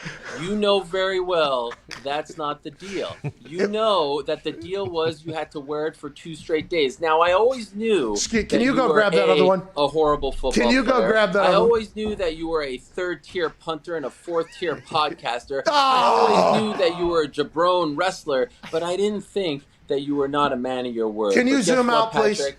I'm not here. I don't care about your zoom out with your little rinky-dink little studio over there. I'm not in a good mood. I'm not in a good mood. You're not getting fun-loving Helwani. We don't care. Today. Come on. We don't care. You know who you're getting? Who? You know who you're getting? Who? You're getting fired up Helwani. Whoa! Patrick, we are smelling something that you know nothing about. We are smelling championship weekend, my friend. We are smelling what Buffalo and Western New York and Coach Sean McDermott gloves. My gloves for Sean, the coach of the year. Here they are. We are smelling. We are on the verge of an epic beatdown. Why are we on the verge of an epic beatdown, Patrick? Why? The Buffalo Bills are waltzing into Kansas City just like they did back in 1994, just like they did back in 1967. Every 27 years, what do? We play the Kansas City Chiefs in the AFC Championship. And what did we do back in 1994? I know you have no idea what I'm talking about, but let me educate you because you just started watching football 10 years ago. We beat Joe Montana and the Kansas City Chiefs. And who was Joe Montana? I know you don't know this, but he was a pretty damn good quarterback. And you know why I bring this up? I bring this up because a lot of people say that Swan song Mahomes is a pretty damn good quarterback. Well, guess what? I hope he's taking his vitamins. I hope he's on his P's and Q's. I hope we get the best Patrick Mahomes because he has never seen anything like the likes of Jerry Hughes and Jordan Poyer and Micah Hyde are going to do to him and his entire offensive crew. It is going to be a beatdown of epic proportions, just like your mealy mouth little viewers over there who like to come at the king. Because if you come at the king, you best not miss, Patrick. Yeah, you wear that right now. Put it on. Okay, put it on. I'm going to point out a couple flaws. All right, we tried to buy merch from you, and this is obviously the first time anybody's bought Helwani merch. Yep. The actual person that creates these called us. And said, like, hey, are you sure? This is not normal, okay? So then we said, yeah, we need two. We were kind of forced into it because of fucking... Put it on while you do this. I want the clips. All right. I want it clipped up. All right. We ordered 2 XLs, okay? We ordered 2 extra large hoodies because I ain't some tiny little pencil neck jabron like yourself. All right? Let's go. I don't got all day. You sent us a goddamn 2 mediums. Oh, come like on. A sausage. Put it on there, big boy. Put it on. Put it on. Just squeeze into that. Oh, come on. Look at this. You've never looked better. This is what you said. Better. This is your business. This is your business. Shit. Stretch it out, Patrick. Stretch it out. I thought I could. Stretch it out. I thought I could. Fat guy in a little stretcher. There he is. Patrick McAfee. He's never looked better. Anyways, stretch it out. I want all the smoke. I want it all. It's not going to be able to, dude. It's not. It's literally not. Guess what? This doesn't count. Why? Because what I'm saying is they're sending us 2 new ones next week, and I will wear them. So your entire thing about me not having any whatever, I tried. We wasted money on your shit. Yeah. We did the whole thing. Paid full price. And it's tough, bro. How are you supposed to? Look how good you look. I feel like your biceps are defined. I feel like that color is fantastic on you. It's really bringing out your eyes. I have to say, this whole thing is actually working out really well for you. Yeah, I think so too. I haven't had to wear any of your shit merch because it didn't come in the right size. Ask one of the peasants over there to just pull it from the back, just like stretch it out for you. Hey, don't you ever talk about these boys like they're peasants. These guys are living large. They're in a big tax bracket. Hell yeah. These boys pay a lot of taxes out here. Hell yeah. Anyways, there is a reason for you to actually be on the show this time instead of just coming the Buffalo on. Bills. Hey, you got your little Mickey Mouse tie and button on underneath your little fun. I was taping some shows. But I don't bring the heat on any other show like the heat that I bring on this show. Last week I was representing Pancho Villa. Hey, don't you dare, Patrick. Can't breathe. That on. And you were supposed to wear it for the Aaron Rodgers interview. How dare you? Next week, if it comes in in time, dude, I can't wear it. You see, I can barely. Oh my God! Oh jeez, what's going on, dude? I've had enough of this crap. I've had enough of this, Patrick. All right, now I got a new one for you. And hey, by the way, where's Debbie Downer? Where's ratings killer AJ Hawk? Where's he at? AJ, buddy, do you know that you're supposed to actually speak when you're on camera? With that stupid look that I would slap off if I ever saw him in person. AJ, buddy, you know you're actually supposed to contribute to the program? You don't watch the show, you just watch the clips. What do you know? You need to lay off AJ Hawk. He break your little face. 31-24. You heard it here first. Go call Tony Romo. I got a spoiler for him. Mr. I can read the plays. 31-24. Bills Mafia. They're going to run wild on those Kansas City Chiefs, brother. Yeah. You look ridiculous. Fantastic. Right? I honestly feel like I've never looked better. The amount of energy. We agree with that. The world agrees with that. Put the mask on. You look great. But can we talk about what you actually know about now at this point? Can we make this show something at least a little bit worthwhile while you're fucking on it? That seems to never happen. Can we do a little something in your world? The amount of messages that I get from your viewers, your listeners, the 10 of them, about how I'm the most anticipated guest each and every week, how they have come to love Fridays with Helwani, how they think that you should actually pay me for this, how they think FanDuel doesn't pay me enough for these appearances, and that I might go take my business over elsewhere. The amount of messages that I get from these people is actually humbling. And so I will bring whatever you want to the table while still wearing this mask and this jersey and providing insight like none of your other guests. Jeff Passan, what has he ever done for anyone? That guy hasn't broken a story in like 10 years. He did a Barbara Walters piece the other morning on Get Up. That was, Jet Passan did say on ESPN, a naked, erect penis just the other day in a big breaking news that's going to change the landscape of a lot of things for the better, obviously. So do you take it easy on Jet, okay? Jet Passan doesn't deserve that. Now, can you get into your little Mickey Mouse character that you are on television, on ESPN News and whatever award this is? When you Look at that guy. Look at that guy. That's when I won. I think it was my 4th or 5th straight Journalist of the Year award. Guess what I'm at right now? 10 in a row. A dynasty, unlike any other. You know what they're starting to call me around these parts? Ariel, Bill Russell, Helwani. I'm on 10. All right, that's what they're starting to call me around these parts. So what do you want to know? Let me educate you for once and for all, because Lord knows the days of you doing those IG lives with Uncle Dana are over now that you and I have been cozying up a lot. I do have that feeling. I have that feeling as well. Who is that? You made up that award? You rented that tux? What award? That is actually the most prestigious award in sports. It's actually, I'm told, more prestigious than the Pulitzer. It's more prestigious than a Nobel Peace Prize, as my books disappear behind me. That's how long I've been standing in front of this little screen over here. And you know the only reason why I put books over there, it's because of that AJ Hawk. I mean, look at that. I mean, how embarrassing is this right now? What an embarrassment you are. You come in here sweating. You come in here throwing bombs. You got B-roll back there. You throw bombs, dude. Oh my God, dump it. Dump it. It's back.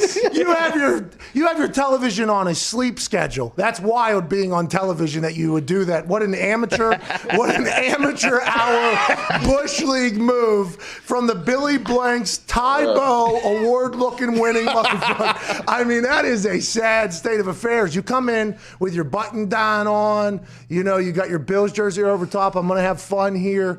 And then your Samsung TV says, Ariel Helwani, I'm going to go ahead and choke. Listen. Whoa. Bro, let's take it down a notch, all right? It's business underneath. It's party on top. It's Thurman. Get it right. Thurman Thomas, number 34, Oklahoma State. What do you know about Oklahoma State? By the way, who's the other running back? Who was on the bench when he started for Oklahoma State? Do you know? Friend of the show, yeah. Barry Sanders. Who? Yeah, friend of the show. When has he ever been on your program? He's last week, literally, literally last week. Let's talk about something you do know about, because you said a lot of very stupid. I mean, by the way, I played in numerous championship games. Don't worry. Yeah, what do you know about championships? How many rings do you have? How many rings do you have? None. I got one. It's a Q ring though. Oh, nice. What's that called? How many journalism awards do you have? Well, funny you say that. We actually had to move one. I got the Heisman Radio last year. It's out there now. The Heisman. We moved it outside. It's out By the way, how come I don't see you anymore on game day or MNF and all that stuff? I mean, I felt like you were doing great things. You were jumping into the water. You were doing all kinds of stunts. Stealing show. And they don't call you anymore? What's up with that? Oh, you were saying stealing the show, I think I heard you say? Hey, you were stealing the show? How about that, the Masters? Maybe the best 5 minutes of television I've ever done in my entire life. But literally, I mean, I juggled a golf ball like 25 times during it. It was maybe I would say, when it comes to your FCC regulated kind of dialed back entertainment that you guys do on television, I would say best 5 minutes I've ever put together. Should probably win an actual. I have no idea what you're talking about. That's because you have no idea what the fuck you're talking about most times. That's not. Anyways, I did 5 minutes at the Masters when they were. Yeah, College Game Day was at the Masters. I was confused as well. It didn't make much sense to me, but they were at the Masters. I was in my office. I had the entire caddy outfit. Zito came in, took my bag. I mean, we did a whole thing. Anyways, unlike you, I'm not desperate for airtime on ESPN. So whenever it started down back, I'm like, yo, not good for me, not good for the show. I'm gonna go ahead and step off. Ariel Helwani's like, you'll give me 35 45 seconds on a show that I have to stay up for, I'll go ahead and do that. There's just two different mindsets. You know what I mean? It's just two different Love mindsets. the 35. The 35 is huge for my career. I don't know if you know this, and shame on you for not congratulating me, but I hit 1 million Instagram followers. Do you know what that means, Patrick? You don't have 1 million Instagram followers. You could say whatever you want about your championships that you played in, but I got the millie. This is my millie dance because I'm dunking on all the haters. Just like the Bills are going to be dunking on the Kansas City Chiefs. Dunk, dunk, dunk, dunk. As I knock my glasses off. I mean, golly. What do you want to know about Conor McGregor? You think I have all day to talk to losers like you? All right. Okay. Congratulations on the million. Hey, congrats on 1 million on Instagram. Not easy. I've not been able to figure out that particular platform. Every other one, 10 to 15 times bigger than you. But on that particular platform, 100% right. Wait till you see me streaming. I'm about to become a big-time gamer, too. I mean, that's a whole other conversation. How many do you have on TikTok? I don't have a TikTok. I'm big on TikTok. I don't have a TikTok.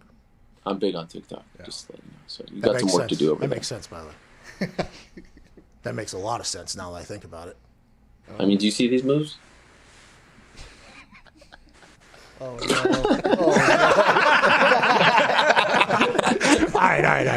All right. Big. I got to take this off. Listen, you look great. We tried. What I'm saying is, we tried to wear your merch. We didn't get the right size. Ours, by the way, will ship the wrong size too. So it's not just you. Maybe we could join forces. What do you think? Can you help me out or what? No, dude. Okay. Bro, I don't really. I mean, you're not going to get this off in the next 5 minutes by yourself. You know that, right? Well, it's because I was boxing. This thing, because I'm a big boxer now. Do you box? Are you a good boxer or no? Yeah. You just talk. I've actually, I was boxing for a year, believe it or not, near my home. I was considering making my amateur debut, and could you imagine the pay-per-view buys for that? I mean, could you imagine what a Helwani boxing event would generate? I mean, Let's do it. Should we do it? Who, me versus you? Yeah, but in the Oculus, I don't want to get punched in the actual face, and neither do you with that nose. Oh my God! You know how many times his nose has been punched? You know how many street fights I've been in? Like, do you know where I come from? Do you know the mean streets of Montreal, Quebec, Canada? What they are like? You have no idea where I've come from. The private Jewish school setting that I grew up in. You have no clue what I've been through and what I've seen, and that's why I can't wait. This is just an embarrassing state of affairs. You taking off this sweatshirt? You're at the 10-yard line. Smokes! That's a Wow. small sweatshirt. That thing stinks. I mean, goal line. Oh, there it is. Bro, that was tough, dude. That will count as one of the days. I will only wear one of them next week. Yep. Would like that. That counts as one of the days? Yeah, for sure. Yeah. For sure. Not yeah. my fault. You sent a medium, 2 of them. What do you want me to do about it? There's nothing I can do about it. Let's talk about the fight this weekend. Conor McGregor's your guy. Is that safe to say? You think you and Conor McGregor, you consider yourselves like, hey, we're guys, we're friends, we're dudes? I'm an unbiased journalist. Yeah. They don't call me Mr. Ariel Helwani, Mr. Ethics, Mr. Integrity for nothing. Like I said, 10 in a row, all that stuff. We don't have to go through the resume again. So listen, I don't have a guy per se. I'm just a guy making a living here covering a sport. Okay, I'm just that kind of guy. All right. So you want to call me his guy? You want to call me the co-sell to his Ali? That's on you. I didn't say it. Okay, so you're friends with Conor. In your conversation last week that we all watched at 8 a.m. on SportsCenter, they really wanted that to go big. Sunday, 8 a.m. 1.4 million views on YouTube. Hey, by the way, awesome. Yeah. Awesome. Congratulations. That's great. That's really good. I'm happy for you. They put it, though, at what? It was the 6:30 SportsCenter. Well, that was like the abridged version for the early risers on a Sunday morning. But we all know where the real bread is buttered, and that's on YouTube, and I'm happy with that number. Where we work. Well, listen. All right, wait a second. You were jumping and hitting those little stupid things at the combine when I was doing my dance on YouTube 10 years ago. I built YouTube. Are you kidding me? You're trying to claim that you've been on YouTube for 2 years and all of a sudden you run the YouTube show? Go ask the people of YouTube. Go to wherever they're based. Palo Alto, I don't know where the hell they're based. Go ask them who Ariel Helwani is and the foundation that he built for losers like you on YouTube. Don't you dare try to steal that shine. That blood and sweat and tears that I put into YouTube. All right. All right. Hey, you're right. Hey, I need to pay you respect. I need to pay you respect. Great researchers over there. You need to get some of those on your squad. All right. Be like Jim. Listen, how'd you do on Jim, by the way? Were you good or did you stink? Were you ESPN Ariel or were you the YouTube Ariel that everybody fell in love with and probably would have got you your job at ESPN? Jim texted me personally afterwards, and he said, let me tell you something. I've been in this business for around 30 to 35 years. Never have we had a guest that electrified our audience quite like you. I mean, holy smokes. How much they pay you over there at ESPN? I said, Jim, a bit uncomfortable for me to talk about it. I mean, it's really not your place to ask me that type of question. But rest assured, they treat me very well. I'm very happy over there, and I'd be happy to boost your ratings just like I do for that Jabron Pat McAfee every Friday. Is this like a set thing? Are we doing this every Friday now? Like, No, is this? no. I Bills feel like lose, this is a you're thing. gone. Yeah. No. But if the Bills were to lose, there's Yes, a good that's- chance you and I potentially never speak again. That's it? Ever. Yeah. That's it. Are you sending me to Tampa if they win? Is that what we discussed? If you can be part of the 22,000, if you could figure out a way to be a part of the 22,000, we will pay for that for sure. We will do the entire. That's going to be Like, tough. can I be your correspondent? Like, I want to report on like Super Bowl week, media day, all that stuff. For sure. 22,000 fans are going to be able to be down there. I don't think there is a media day though. Like I don't think any of that's happening this year. I believe. Well, maybe I can make my own. You know, I know a lot of people. I was on Eric Wood's podcast yesterday, and he told me that I'm now an official member of Bill Mossman. How dare you laugh at Eric Woods? He's a legend. He had to retire. He had a neck injury, and I believe he was part of your draft class. He was. If my memory serves me correct. He was. So- He's a good dude. I'm a big fan of Eric Wood, but you just start. You're saying all the names you know in football. That is all you're doing. I'm watching your Can brain. you get some new material, for God's sakes? Have I not? It's not new. Have I not proven myself enough? What? Yeah, I guess you have. No, you don't know shit. You had no idea. I played multiple championship games. You just Come on, you once kicked off in the Super Bowl. I know There you all go. about it. Hey, that All was the my things. Twitter bio. That's how you learned that. But let's get to the fight this weekend, please. You and Okay, your how many times are friend. you going to say that? Ask me a damn question. I've been sitting here for 20 minutes. Yeah, and it stunk the entire time, by the way. I'm joking. All right. Conor McGregor, big fight this weekend. He said something the other day. I think it was to you. I'm not 100% sure. It might have been. Probably. No, I think it was in another interview, actually, because it was more like he gave an answer as if he wasn't comfortable with the person or whatever. It was just kind of like a quick blurb or whatever. You know what I mean? Gotcha. He said Definitely wasn't me there. he has 4 fights left in his UFC contract. He wouldn't mind if they're in the next 3 months, basically. What is that about? Does he's in that good a shape? He thinks these fights are going to go so quick, or he wants to become a free agent so he can do something on his own? What do you think that means? So, if Conor gets through those 4 fights, he would without a doubt be, the hottest free agent, if you want to call it that, in the history of this sport. As you may know, it's not common for guys at his level to fight out their deal and quote unquote test the market. Free agency isn't as common as it is in, say, the NFL, NBA, etc. So, I mean, I think he's acutely aware of his contract status.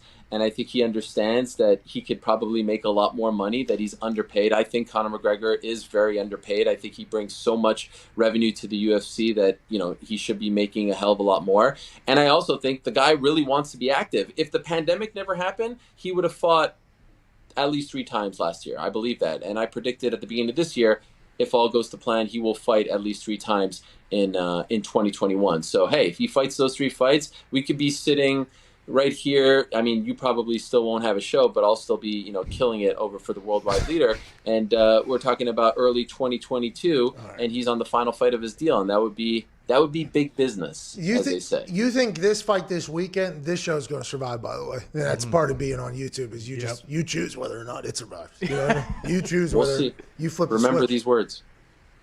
Yeah, remember these words. Is Conor going to win tomorrow or not? Do you think this is a fight that favors him? He seemed to be very comfortable when he was talking to you, looks small. You said, I think last week, that normally he's very agitated when he has to lose weight. He's very intense. He seems very relaxed. He was holding up hot sauce this morning at a weigh-in, I guess, alongside Dustin Poirier. Well, that was Dustin. Dustin gifted him that. Dustin has a hot sauce company, I guess, or just one, I don't know, and he gave it to him as a present. So it was a nice little moment between the two. By the way, do you always wear glasses, or I feel like you've seen how good I look in glasses and now you're wearing glasses as well? Are you copying me? Is that what's happening here? Oh, shut the fuck up. I mean, just answer that. Just answer. I mean, you look great. I'm giving you a compliment right now. I don't want a compliment from you, okay? I just want to hear about Conor McGregor. And by the way, I wear them every once in a while. Normally when the vitamins have hit a little bit too hard and you can't tell if my eyes are open or not. So I put these on as an added layer of camouflage for the eyeballs, because the YouTube commenters go ahead and start saying a lot of things about me being on cloud 40 potentially for these conversations, when clearly 2020 I'm not, pal. I'm seeing. That's right. The YouTube commenters for your particular show, aka a cesspool of humanity. I mean, you talk about the lowest of the low. You talk about the lowest common denominator there is. It's those fine folks. So back to Conor McGregor. Yes, he is in good spirits. Yes, he is in fine form. Yes, a lot of people are making a big deal about the fact that they're all chummy.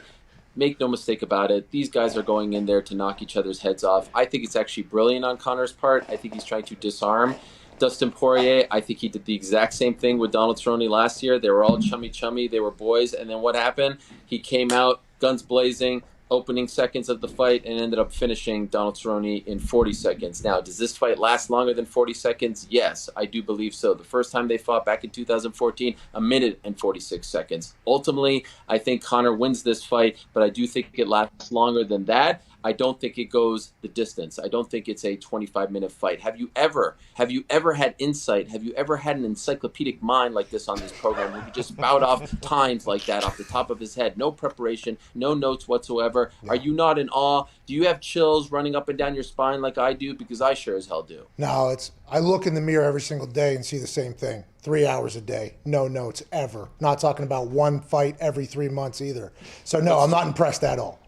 Neither are the YouTube commenters, by the way. No. Yeah. Like I'm scared of those losers. Let's talk about the Bills' defense last Saturday. Can we talk about Taron Johnson? Can you give me something? Can you give me something to chew on? Are you on the bandwagon? Are you giving it a pit? Are you going to give us a prediction right now? Are you officially going to jump on my side for this? I've been a fan of this team. Jokes. Let me take this. Whoa! Let me get serious. A little bit more personal here.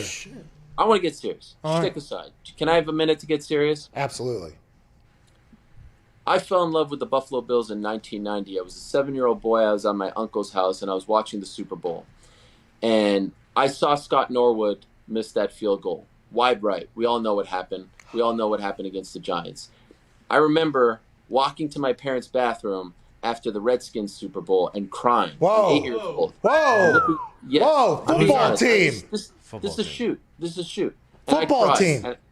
I cried. It meant that much to me. Okay. And I remember thinking, why does this mean so much to me? But they were a part of who I was. My older brothers, Cowboys fans, tormented me for the next 2 Super Bowls. Of course, we lost 2 in a row. It was horrible. And then we had a couple of good years, Rob Johnson, Doug Flutie. But then, of course, the last 20 years, it's been a joke, right? The claim to fame has been, falling through tables that were on fire.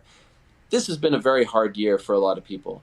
Pandemic, depressing times, losing their jobs, losing family members. I haven't seen my beloved parents for over a year. I haven't seen my sister in over a year. They live in Canada. I miss them. I'm homesick. With Josh Allen, and I hope that he sees this, with Stephon Diggs, with Sean McDermott, with Devin Singletary, what all those guys in Western New York have done for people like me, and I could speak on behalf of Bills Mafia for the entire community, the light that they've given us, the happiness that they've given us, the excitement that they have given us in the darkest time of our lives, I will forever be in debt to those men. I love this team. I want 2 more games. That's all I want. I want one more win on Sunday and then another in 2 weeks, and I just want to be champions, and I want to celebrate virtually online with all those fans who were like me 30 years ago crying because our beloved Bills lost. 2 more games, guys. Dig down deep. You have a whole nation. You have a whole community behind you. Go out there. Get it done. Shut everyone up. To be the man, you got to beat the man. Woo. Take it to the Chiefs, and let's go to Tampa, site of where Scott Norwood missed that field goal 30 years ago. Yeah. Let's right that wrong, and let's get Tom Brady back for all the years of torment he gave to us. I want Tom. I want the Bucs at home. I want that championship. I want the Lombardi Trophy going to Ralph Wilson / New Era / Bills Stadium, baby. Woo!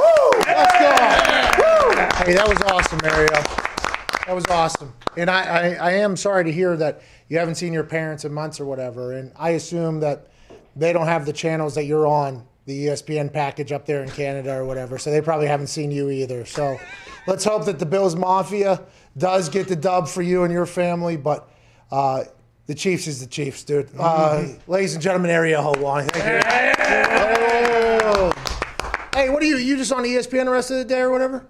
Yeah, I'm so busy. I mean, I actually missed like 3 spots just being here, but it was worth it. You know what, Patrick? Because deep down inside, I know you're a hell wannabe. I know you're a fan, and I know you're pulling for Bills Mafia just like I am. So much love. Yeah. Hey, before you go, and I assume Yes. you're going to get talked to, BT Sport, the ESPN of Europe, got the break on this one. Dana White, he told a story this morning about a guy named Otman Azaitar. I mean, your producer in your ear is dropping the ball on this one. Yes, go ahead. No, dropping the ball. Who found this video? Somebody answer?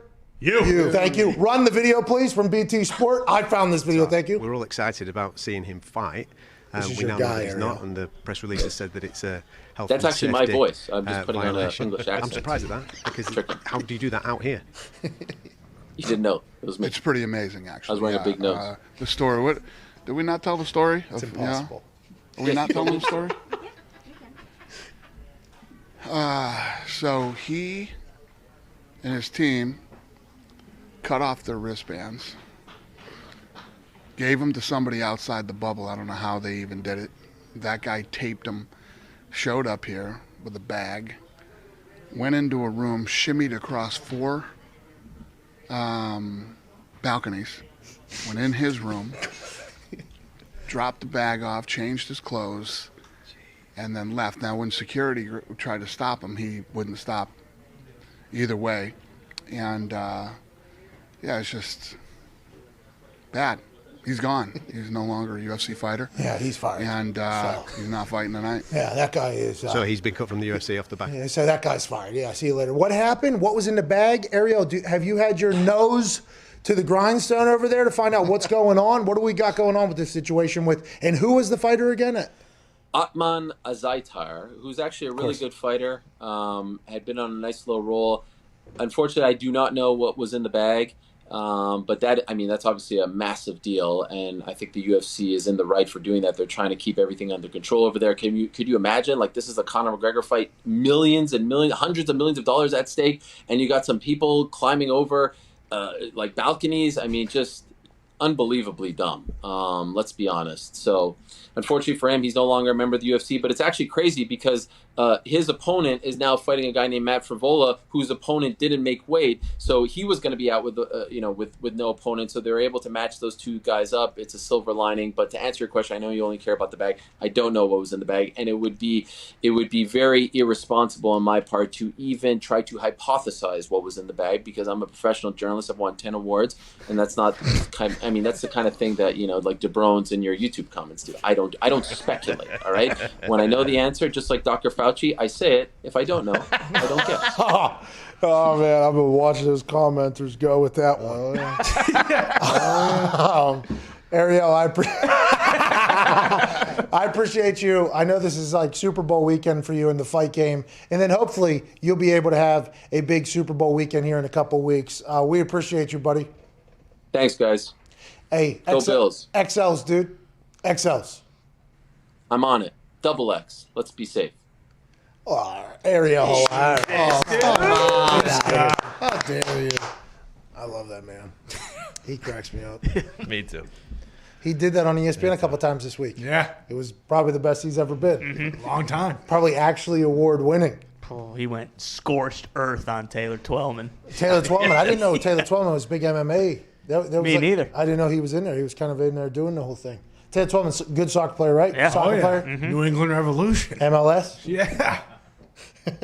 Yeah, Ariel buried him. Big time. Oh, yeah. Ariel went after Like him. a bug. Taylor didn't know, I don't think, that was happening. No. Because Ariel on ESPN is a much different Typically animal. not like that. It is normally, he will be fighting and that whole thing. Yeah.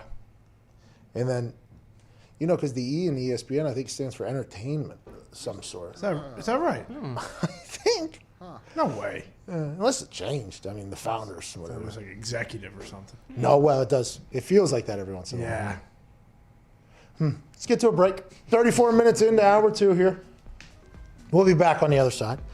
We have Michael Lombardi, NFL General Manager, joining us in the next hour, alongside AJ Hawk. We'll do questions from other sports shows, some phone calls. Ooh. Hey, we're just getting started here on this Feel Good Friday. Hell yeah. You got about 4 minutes. 1-888-MAD-DOG-6. This show on SiriusXM Channel 82, Mad Dog Sports Radio, will continue on the other side.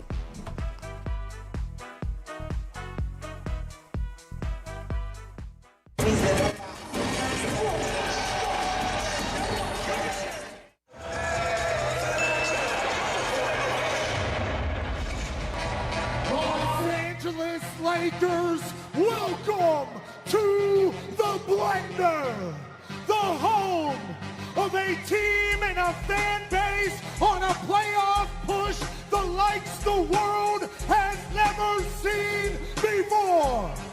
Crescent City, get on your feet for tonight's starting lineups, brought to you by Sprite, an incredibly refreshing drink. Starting at forward was the number 2 overall pick in the 2016 NBA draft. Now he's an NBA All-Star, Brandon Ingram. At forward, this man has been dunking on little white kids on the internet for 10 years. The incomparable, unstoppable, 6'6" phenom, Zion Williamson. At center, standing at 8 feet tall, from Georgia Tech, number 22, Derek Favors.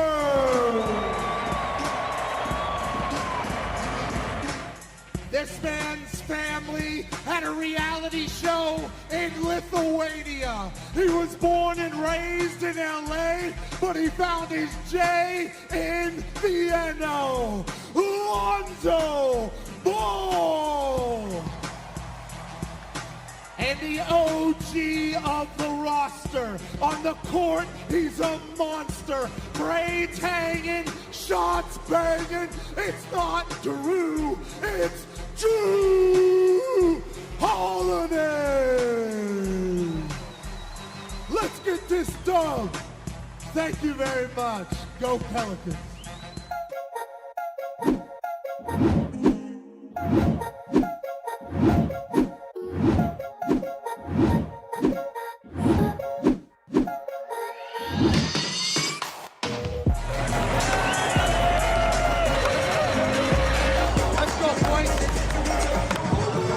Tired of me right now. That's how you play basketball.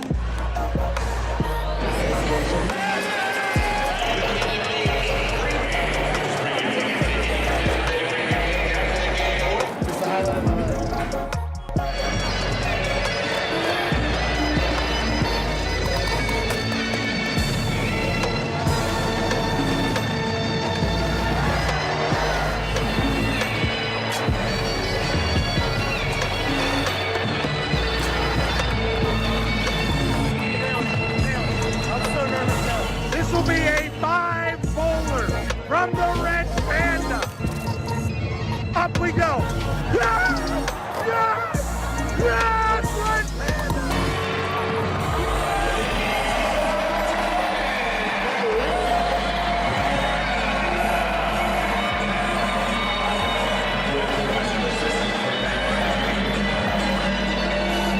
What a legendary moment.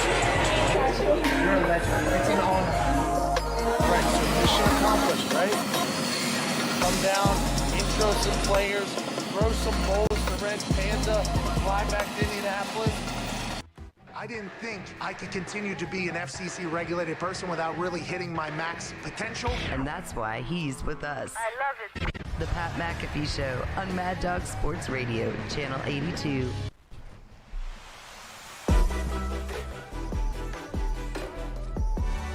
Here we go. On the last Feel Good Friday, 1 week ago, CBDMD made their debut in the picks game. You remember this? Right. Oh, I remember. In the middle of their ad read. I took it, actually. They did no good? Oh, no, yeah. I lost my parlay because of that, actually. Oh, no. They won 1-1. Well, they didn't hit the Hawks Jazz over. That's No, but they won 1-1. They won 1-1. They took the Packers, They're too. 500. What do you want from them? That's good, not bad gambling. We want winners. Well, those numbers aren't bad for a CBD company. It's time they return to picking the thing that they know best. So instead than telling you to smash the over on another irrelevant Hawks game, shout out to them. There you go. Here's 2 great CBD picks to help you stay rested, refreshed, and energized for a big sports weekend. Here we go. Let's go. So they are retiring at 500. Okay. It does seem like at this particular point of the read. They're saying a guarantee heater, something you should hammer. Okay. CBD Freeze with menthol, an award-winning product that offers instant cooling relief for muscles and joints in a convenient and easy-to-use roller or shareable squeeze tube. Ooh. You know, back in the day, there was these types of rubs that you would put on there, and it'd be a cooling and a sense. That's menthol, by the way. A lot of people heard menthol right there. They're thinking, oh, they're selling smokes. I wish. Yeah. They're not. The menthol is the thing that, no, CBD. Yeah, you do. Yeah, I do. Yeah, you do. I go buy a bag of buds right after this. CBD bud. It's a CBD Freeze with menthol. It like makes you feel better. Nice. It does, by the way. Nick's been using it on his shoulder because he's been in the Oculus arena fighting some people, and he had to go take a little bit of a rest and a rub. I saw those haymakers you were throwing. I'm trying to emulate that. Hey. Oh, Yeah, bombs. Thank you. that was some big. I almost got knocked out by one of them. We'll talk about the Oculus arena here in a second, but how about some CBD bath bombs? Oh, yes, please. They provide a refreshing, relaxing bath experience by combining 100 milligrams of CBD with essential oils, Epsom salt, and calming natural scents to help you soak away all those bad bets at night. Okay? You go ahead and get in one of their CBD bath bombs, You relax a little bit. You go ahead and either take the little capsules they have or the droplets for CBD PM, and your body will feel better. You'll go to sleep quicker, you'll recover, and just be a much better human in the morning.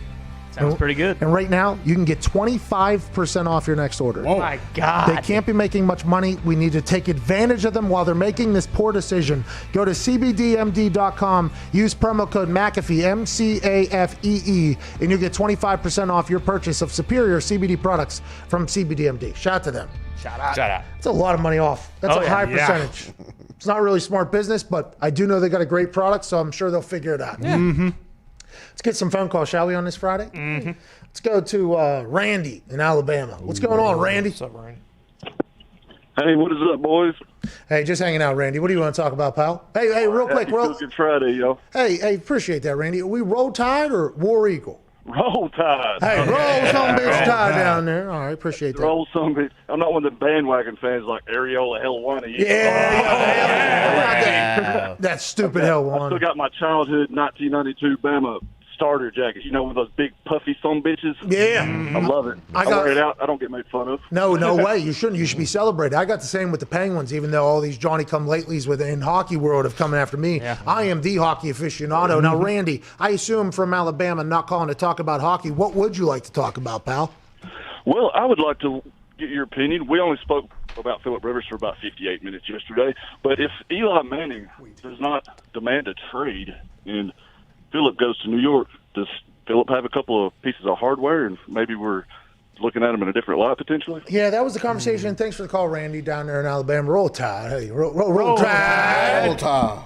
Roll Tide. Roll. Them boys good this year. Them boys good next year, too. That's right. Roll Tide. Saban's still there a couple years down the road. Them boys good then, too. Billy O'Stoosh. Roll Tide. He'll be out of there probably. He'll do well there and probably get a head coaching job somewhere.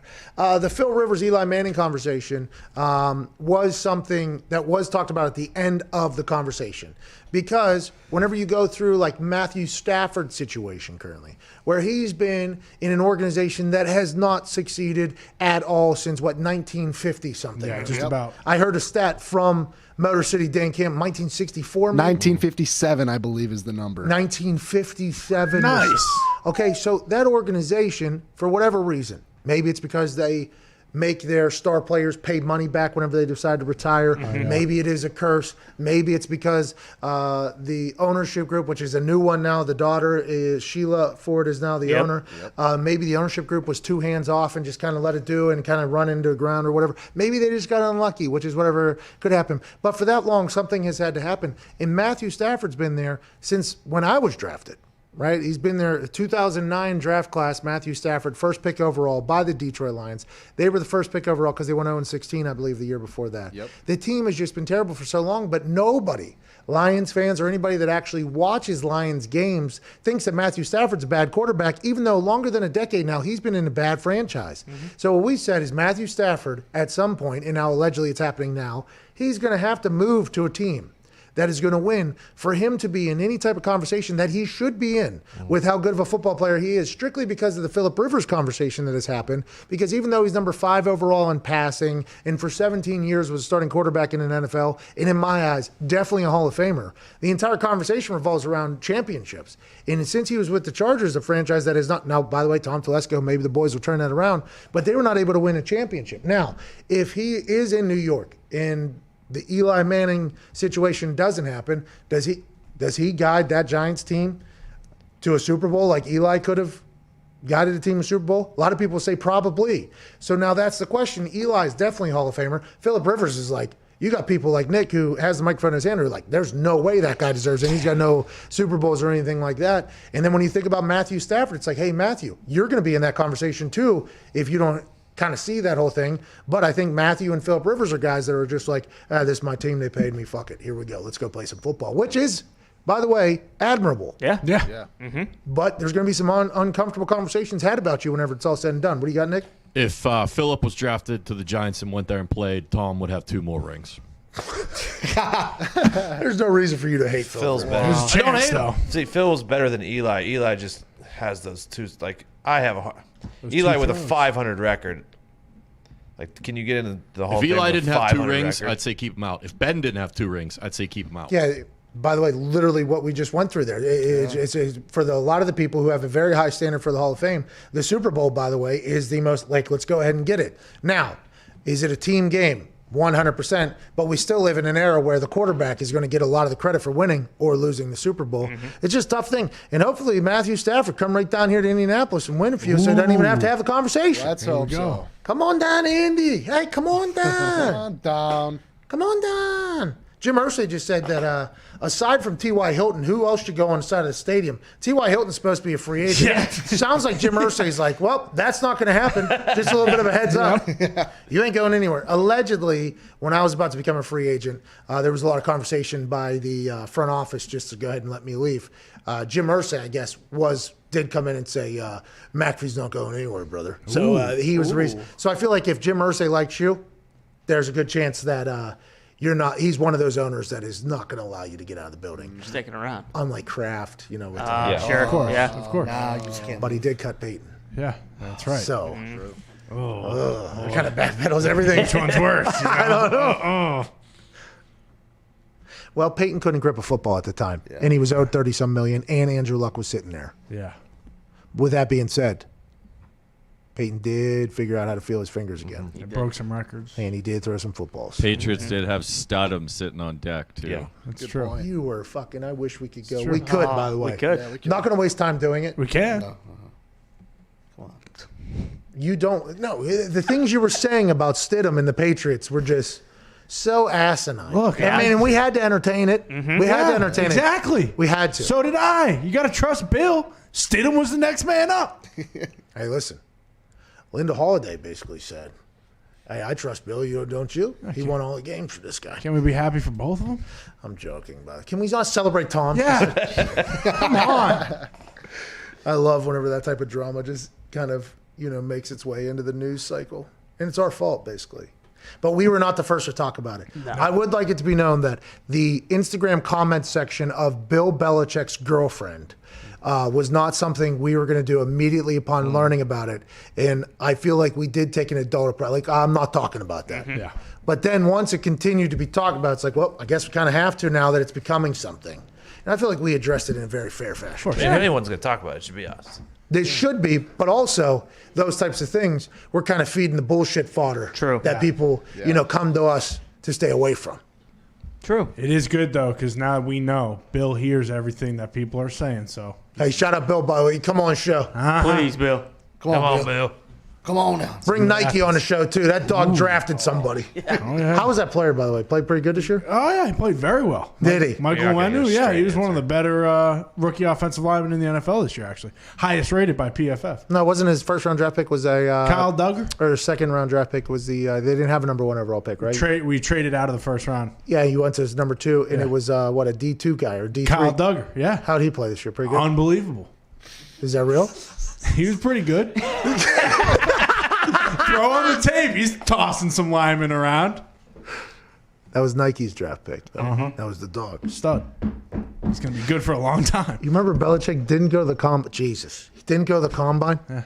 He was actually at some D3. Middle Tennessee State. Or D2 pro days. In the Pouring rain. Yeah. He's got his arms crossed. Didn't draft that guy. I believe nobody did, actually. Well, that's what he was saying. I bet you some scout or something was saying how good he was. And Bill, I'll go to his pro days and the combine. I'll prove this guy stinks. Let's get to Alex in Philadelphia. Alex, what's going on? Yo, Patton boys. Let's Happy go. to be back. What if it was a spite trip by Bill? That would be awesome. It was. This guy stinks. This whole year was a spite. I'm not going to go to the combine. Yeah, sorry about that, Alex. What do you want to talk about, dude? Awesome. So Deshaun Watson, right? Disgruntled quarterback. We have our own disgruntled quarterback. Let's just, swap him. Maybe we throw in 6th overall pick. Miles Sanders. And no one's talking about it. I think it's a perfect matchup. Very interesting. Very interesting. Just trade Carson over there. You'd be lucky to get Jared Goff or Carson Wentz. No, the interesting thing about that, Gumpy, is maybe that is a decision that will be made by the Rams and the Eagles. Maybe they will decide to do the change there between Goff and Wentz. I've heard there's good hunting down there in Texas. Oh yeah. Great hunting. So Carson, I don't know if he's going to be a guy. Now, granted, it is alleged that they got rid of Peterson strictly so they can move forward with Carson Wentz, even though Howie and Lurie drafted Jalen Hurts, which makes no sense at all in the entire process of things here. Are they going to trade Jalen? Are they going to start Carson? That whole Philadelphia situation is one that makes next to no sense. And then hiring a Sirianni, offense coordinator of the Colts, also a very interesting move. I mean, everything that's happened in Philadelphia, very interesting. But to be honest, everything that's happening in Houston also very interesting. So I guess you got two franchises potentially in a little bit disarray here. But I do believe the Philadelphia situation, team-wise, is a lot more fucked up. I think the Texans is organizational-wise more fucked up. Who knows how that whole thing's going to go and turn out. But Carson Wentz getting traded to Houston and Deshaun Watson getting traded to Philly would be a very hysterical move. That would never happen, but I do believe both quarterbacks would probably be much happier. Didn't Carson say, or it got reported that his big thing too is that he didn't want anyone sitting behind him and threaten him at all. So don't they have to get rid of Jalen Hurts pretty much? Yeah, but didn't they draft Jalen Hurts last year? The people that said don't play Jalen Hurts. He did well. And they drafted Jalen Hurts, unless Doug Peterson drafted Jalen Hurts, which I don't think maybe he did. And if that's what Doug Peterson was doing over there, that goes against everything about Doug Peterson being told what to do for everything. They draft Jalen Hurts. Carson Wentz immediately hates the decision because he was not told about it. Then they're saying that his relationship with Doug Peterson is beyond repair. So does he hate everybody over there then, we can assume? The people that drafted Jalen Hurts, the people that wanted to play Jalen Hurts? He probably hates everybody. He has to be moved, I'd assume. But who's going to want that salary cap hit with that player, especially when Tom Telesco just told us, general manager of the Chargers, salary cap's going down. We're going to have to figure a lot of things out everywhere. No, it seems like potentially the Eagles brought in Sirianni because he was tight with Frank, who was tight with Carson, just to come in and deal with Carson and try to make him better. And if not, sorry, it's too bad. So what are you going to do with Jalen Hurts? Good question. Have him ready. They're going to have to trade him. Trade him to the Bears. What? Or to the Packers, maybe. Oh. You know what I mean? No. Yeah. Oh, yeah. That's what they should do. Why not? He's good. Let's go to Chris in Maine. What's going on, Chris? What's happening, Pat? Just hanging out. How are you? Got a couple minutes left in this hour, too, before AJ Hawk joins us. What do you want to talk about? Sweet deal. Well, I'm a Packers fan. I live out in Maine, Brady country pretty much out here. I'm calling Packers by 10 for the great Ted Thompson. He said they're going out there. He's Wow. in Tom Brady country, too, up there in Maine. A lot of people are talking about Packers winning by double scores, 2 scores, I would assume. Not just us. There's a lot of people that are heavily favoring the Packers this weekend. Now, the sports books only have it at 3, but the more and more you think about this game and envision it, I mean, I guess you can see how Tampa could win the game. You could see how that could happen. Oh, yeah. Vita Vea's back. Nobody can run against that defense whenever he's playing. And Ndamukong Suh, he's never won a Super Bowl. Here we are 2 games away potentially. Pierre Paul's. There's a lot of guys on that Bucs. There are a lot of dudes on that Bucs team and coaching staff that are like, hey, we got to go now. And obviously you got Tom Brady. But the Packers team feels like the hottest team that we have in the NFL right now. They feel like a team who has shown up more often than anybody else has. It feels like they're a buzzing group that doesn't really get nervous about anything. Plus, with snow and the temperature at home, which makes them even better, it just feels like the Packers are going to win. And I hate that because I'm probably going to get some text messages within the next 5-10 minutes about how I'm a fucking Benedict Arnold to my friends that are down in Tampa. But there ain't no friends in this game. No. I mean, there is for sure, Aaron. But, and, everything like that. But it feels like the Packers win this game. It just does. And, Ty, I don't know if everybody being on Packers' side is calming for you or not. But it feels like you guys should feel pretty good. Yeah, I do feel pretty good. I don't really buy into any of that stuff because I don't think any of that stuff has any kind of impact, but I'm excited for Sunday. I think they'll win. A.J. Hawk will join us on the other side of the break. Ariel Helwani attempted to bury him. Will A.J. Hawk fire back? Will we talk about other things and phone calls? Yes. You got 6 minutes. Go take a shit.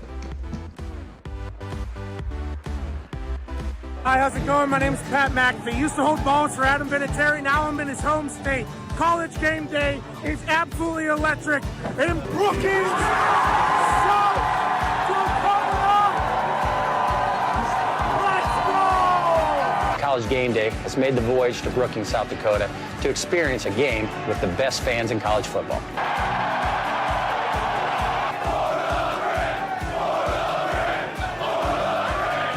I unfortunately cannot attend because I have a game this Sunday, so I sent a man I trust to make my picks. A man who was my holder for almost a decade. Please be nice to him. Welcome this week's celebrity guest picker, Pat McAfee.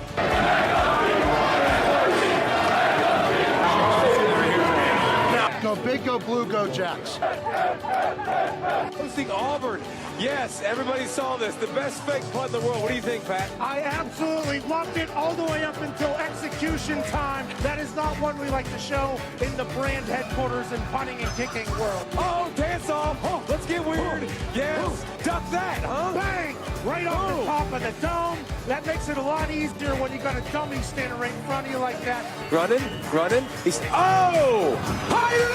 Daniel Russo. Wax on, wax off, knee to the face. Yes. Serious. Go, yes. go, yes. These teams spin with that 15. They celebrate by doing shotguns, and I'm a big fan of that. I'm going with the University of Virginia Cavaliers. That was great. Whoa!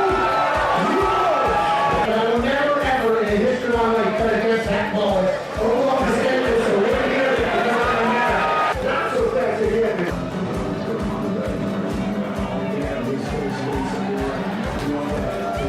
But I'm going with Trey. Please excuse my dumb friend Kirk. Look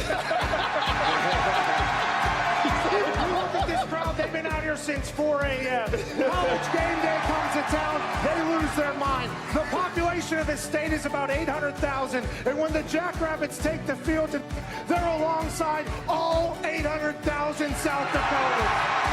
The Dakota marker was in Fargo for far too long. Today, 5 o'clock local time, the Dakota marker is back in beautiful Brookings, South Dakota.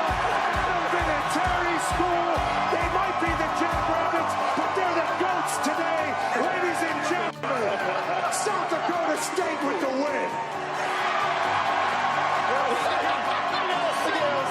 Give me that place in. No, don't do that. No. Leave. Kelsey has the Pat says it'll be I told you I came on your radio show that we were going to get you on college game day. Not only are you incredibly intelligent and handsome, you're a man of your word. You picked North Dakota today, so I had to bury you. That's okay. But it's been nothing but incredible. The college game day crew is hospitable. In South Dakota State, I think we can all agree, they showed up here. Yeah. But I loved it. I've watched the show, obviously, forever. and it's on in every single NFL locker room. My coaches are. So this is a big time deal for me, my family, my friends. All right, I'm back in the day here. Appreciate you, boys. It's from the training room at the Colts. AJ Watt tweeted. I think it's a very hard process to keep the television. I text from every human that I've ever done television with, like since way back in the day. They're like, we knew this day would come. Equipment managers, old teammates. I mean, you don't get to trend on Twitter often anymore. They make it damn near impossible. Go up onto a stage with a couple legends, talk some shit in front of the incredible South Dakota fans. What an awesome opportunity.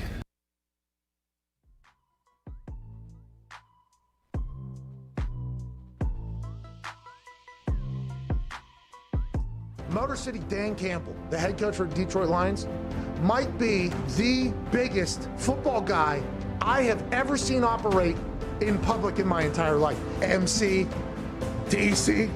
Dan Campbell's been a guy who's been on my rising head coaching candidates list for several years now. He said, you're going to knock us down, we're going to get up, and on our way up, we're going to bite your kneecap off. If you're Dan Campbell's guy, like, you would do anything for him. He seems to be that kind of person. If you're a Detroit Lions fan, I think you are fucking excited about the possibilities. And I mean, he's always on fire, always ready to go. No other team in the NFL is ready to bite off fucking patellas, dude. Hope he turns it around up there in Detroit, man. The best thing to happen to the NFL in a long, long time at this point. Program builder, a tone setter, a culture builder. And there's nothing better than this guy right now. He was always poised. He was always locked in. A gallon of coffee a day. Somebody who played for the Lions. He understands that market. He understands they haven't won since 1957.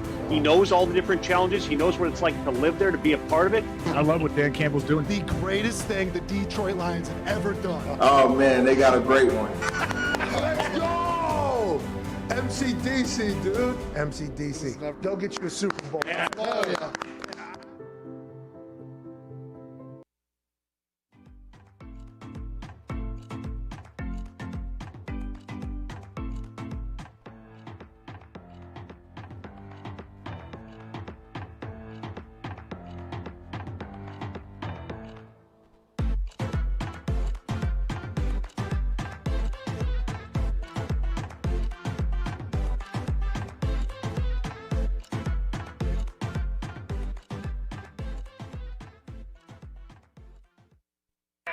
The Pat McAfee Show. There'll be no rules for our guests, for us, for the things we can talk about.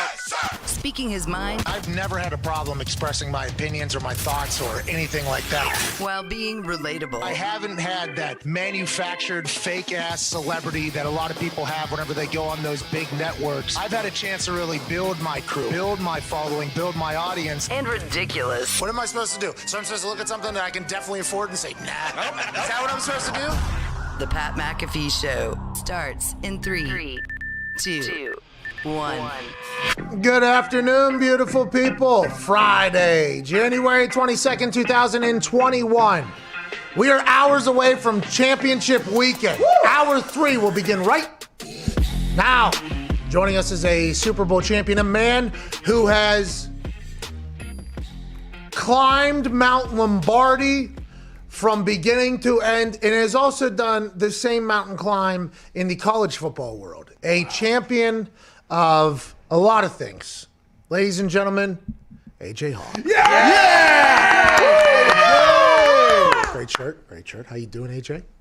Oh, I'm doing great. I had to put this shirt on. I know you had someone on the show earlier that was made some disparaging remarks, but I had to honor my Native American brothers. Okay, I appreciate you doing that and honoring your Native American brothers. The disparaging mark you're referring to, if did you do that because he's Canadian? What? What?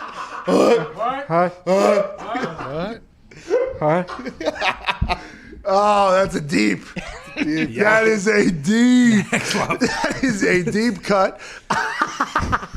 I respect that a lot. I don't know. Did you get a chance to listen to the full conversation? Did you hear what he said about you? I heard you. You said disparaging mark. Did you get to hear it, or have you just been texted about it? I did get to see a good chunk of Ariel, and you know what? I had a range of emotions throughout it. All right. Most people. Yeah, go ahead. Most people early on despise him, terrible human. Like, this is stupid. Get off the screen is what you think. But then he somehow sucks you back in when his screen goes off. All of a sudden, he's got a screensaver on a fake background. Like, go old school, buddy. Just tape it to the wall. And I respect the fact that Ariel thinks about me that much that he had to come in with like a pre-planned speech to say something, like to take a dig at me, because honestly, since the last time he was on the show, his thought of Ariel Helwani hasn't crept into my brain. So I appreciate that I take up so much real estate in his brain. Yeah, as you should, by the way. And it's very intriguing because either, he was on the Hawkcast or you were on his cast back in the day, and somewhere it's kind of all taking a turn. And he came in, and for those that didn't hear what he said and what AJ is responding to, this is what Ariel Helwani said. Hey, by the way, where's Debbie Downer? Where's ratings killer AJ Hawk? Where's he at?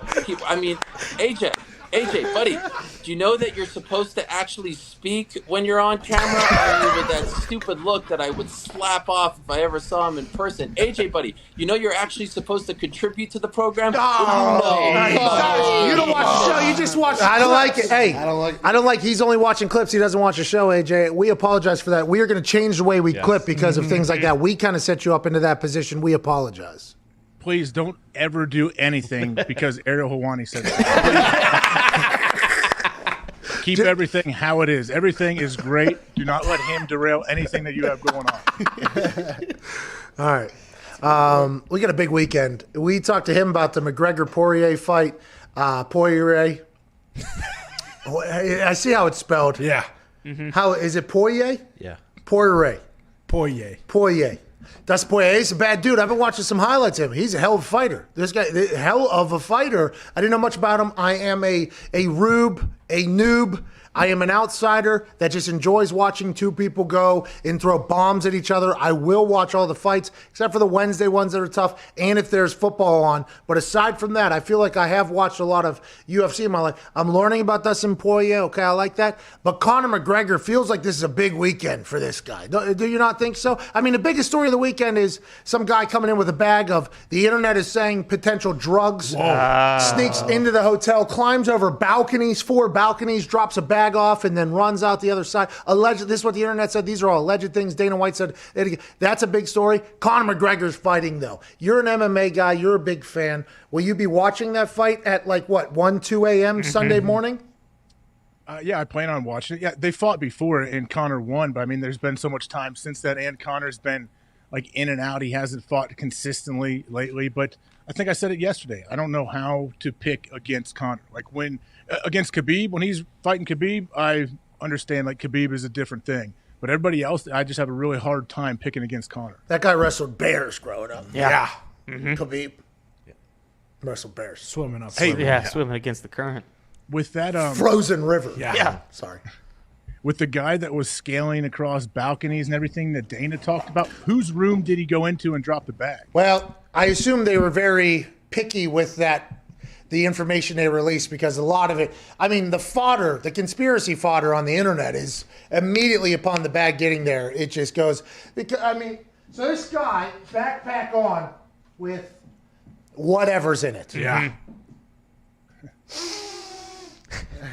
That's what I've been told. That's what the internet is saying. That has not been. Oh, a little sneak blow. He's scaling balconies at Fight Island, on Yas Island. Yas Island. And then he's dropping it off, changing clothes, sprinting down the hallway, getting the hell out of there. He was sent in there with one mission. It was to get the bag within the UFC premise. Have we learned anything more about it other than what we heard Dana talk about? I want to know, what level floor was this on? Because in Abu Dhabi, you see all these big fucking skyscrapers. Was this guy jumping balcony to balcony 100 stories up? And could you not see that probably if you're looking at the hotel? Is that guy? Okay. Whoa. All he won. He's a 3 balcony. That fucker won 4 balcony. See that guy? I would assume that's something you see. If all of the images of Abu Dhabi and Dubai and everything over there are right, it feels like those buildings, you can see them pretty clear there. I wonder if that's how they caught him. Dana's walking back in. It's Who the fuck's the guy in the Who the fuck's the guy on the balcony up there? I don't know. People are saying he's got a bunch of drugs in there. It's interesting. It is he's probably going to go to jail over there, right? Because over there, drugs are massive ordeal. Oh, yeah. And obviously trespassing with the UFC and everything. I mean, there's going to be. And by the way, we don't know if there was drugs in there. That is just what the internet is speculating, allegedly, that there's drugs in there. It's very interesting, though. It is very, especially with Ariel, the way he talked about it. It's like, this is potentially a $100 million weekend for the UFC. Now you got some guy scaling balconies to drop off a bag that could potentially derail the whole thing. I'd assume Dana's not exactly thrilled about it.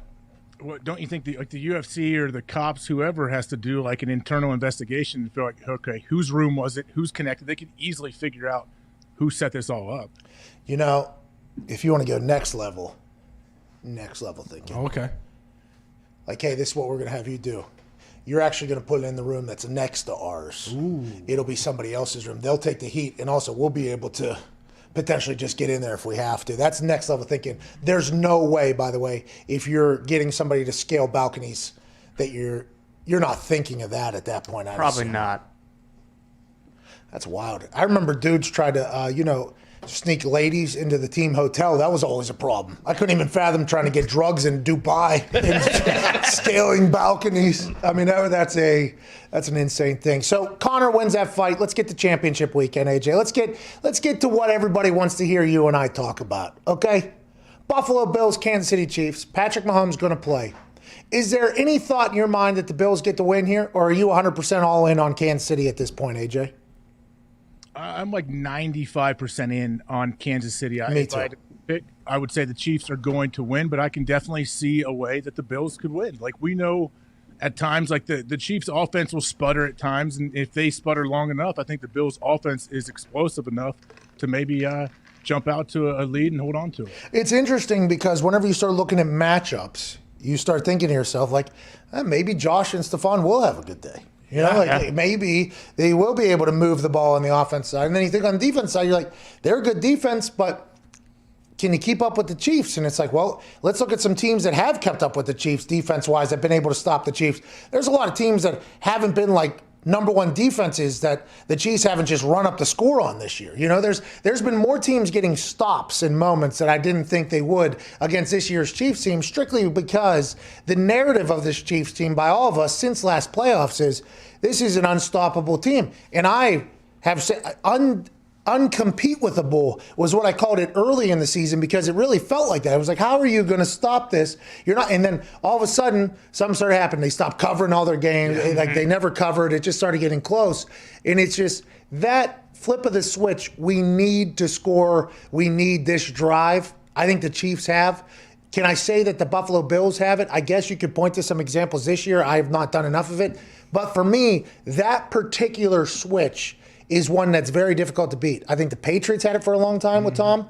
I don't know if it's just Tom or the Patriots, or whenever they need a win, they get it. It feels like this is the life we're going to be living with this Chiefs team for a long time. And I love the Bills team as well, but it just feels like the Chiefs, whenever they have to do something, if they have to get a stop, they'll get a stop. If they have to score, they're going to score. It just feels like it's inevitable at sometimes. And it's hard for me to go ahead and go, well, I think the Bills are going to be able to travel over there and get a win, especially with Patrick Mahomes fully participating in practice now.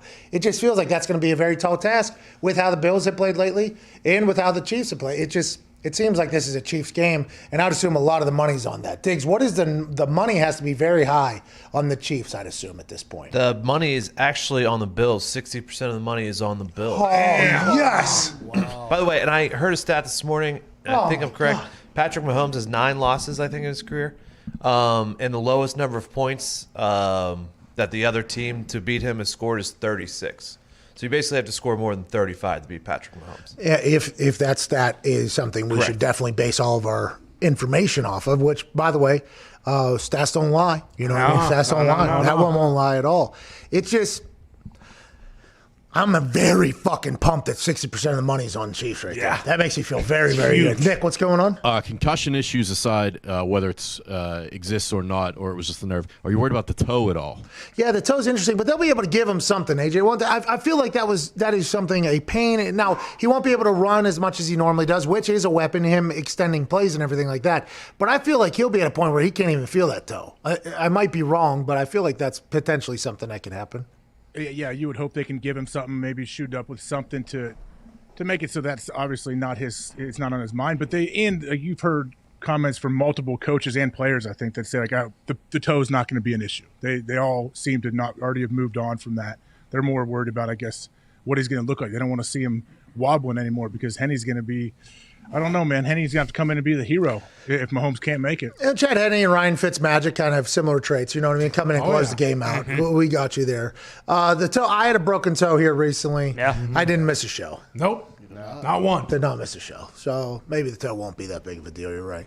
Zito, what do the people think is going to happen this weekend? Because Zito has a poll this weekend. What is most likely going to be the Super Bowl matchup, basically? What are the numbers sitting at, Zito? Yeah, right now, last place, we still have Chiefs-Bucks at 9.2%. Then we have Bills-Bucks, 11.5%. Packers-Bills, 36.6%. And Packers-Chiefs, 42.6%. Okay, so this is an interesting thing now because although the money in the sports book is on the Bills, it does seem like our poll is on the Chiefs right now. So we kind of have to counterbalance here a couple of different narratives that I potentially have created. If everybody's picking it in the poll, probably not going to be what happens because the sports books know that. But then when you go to the sports books, and by the way, normally our poll matches up with the sports book money.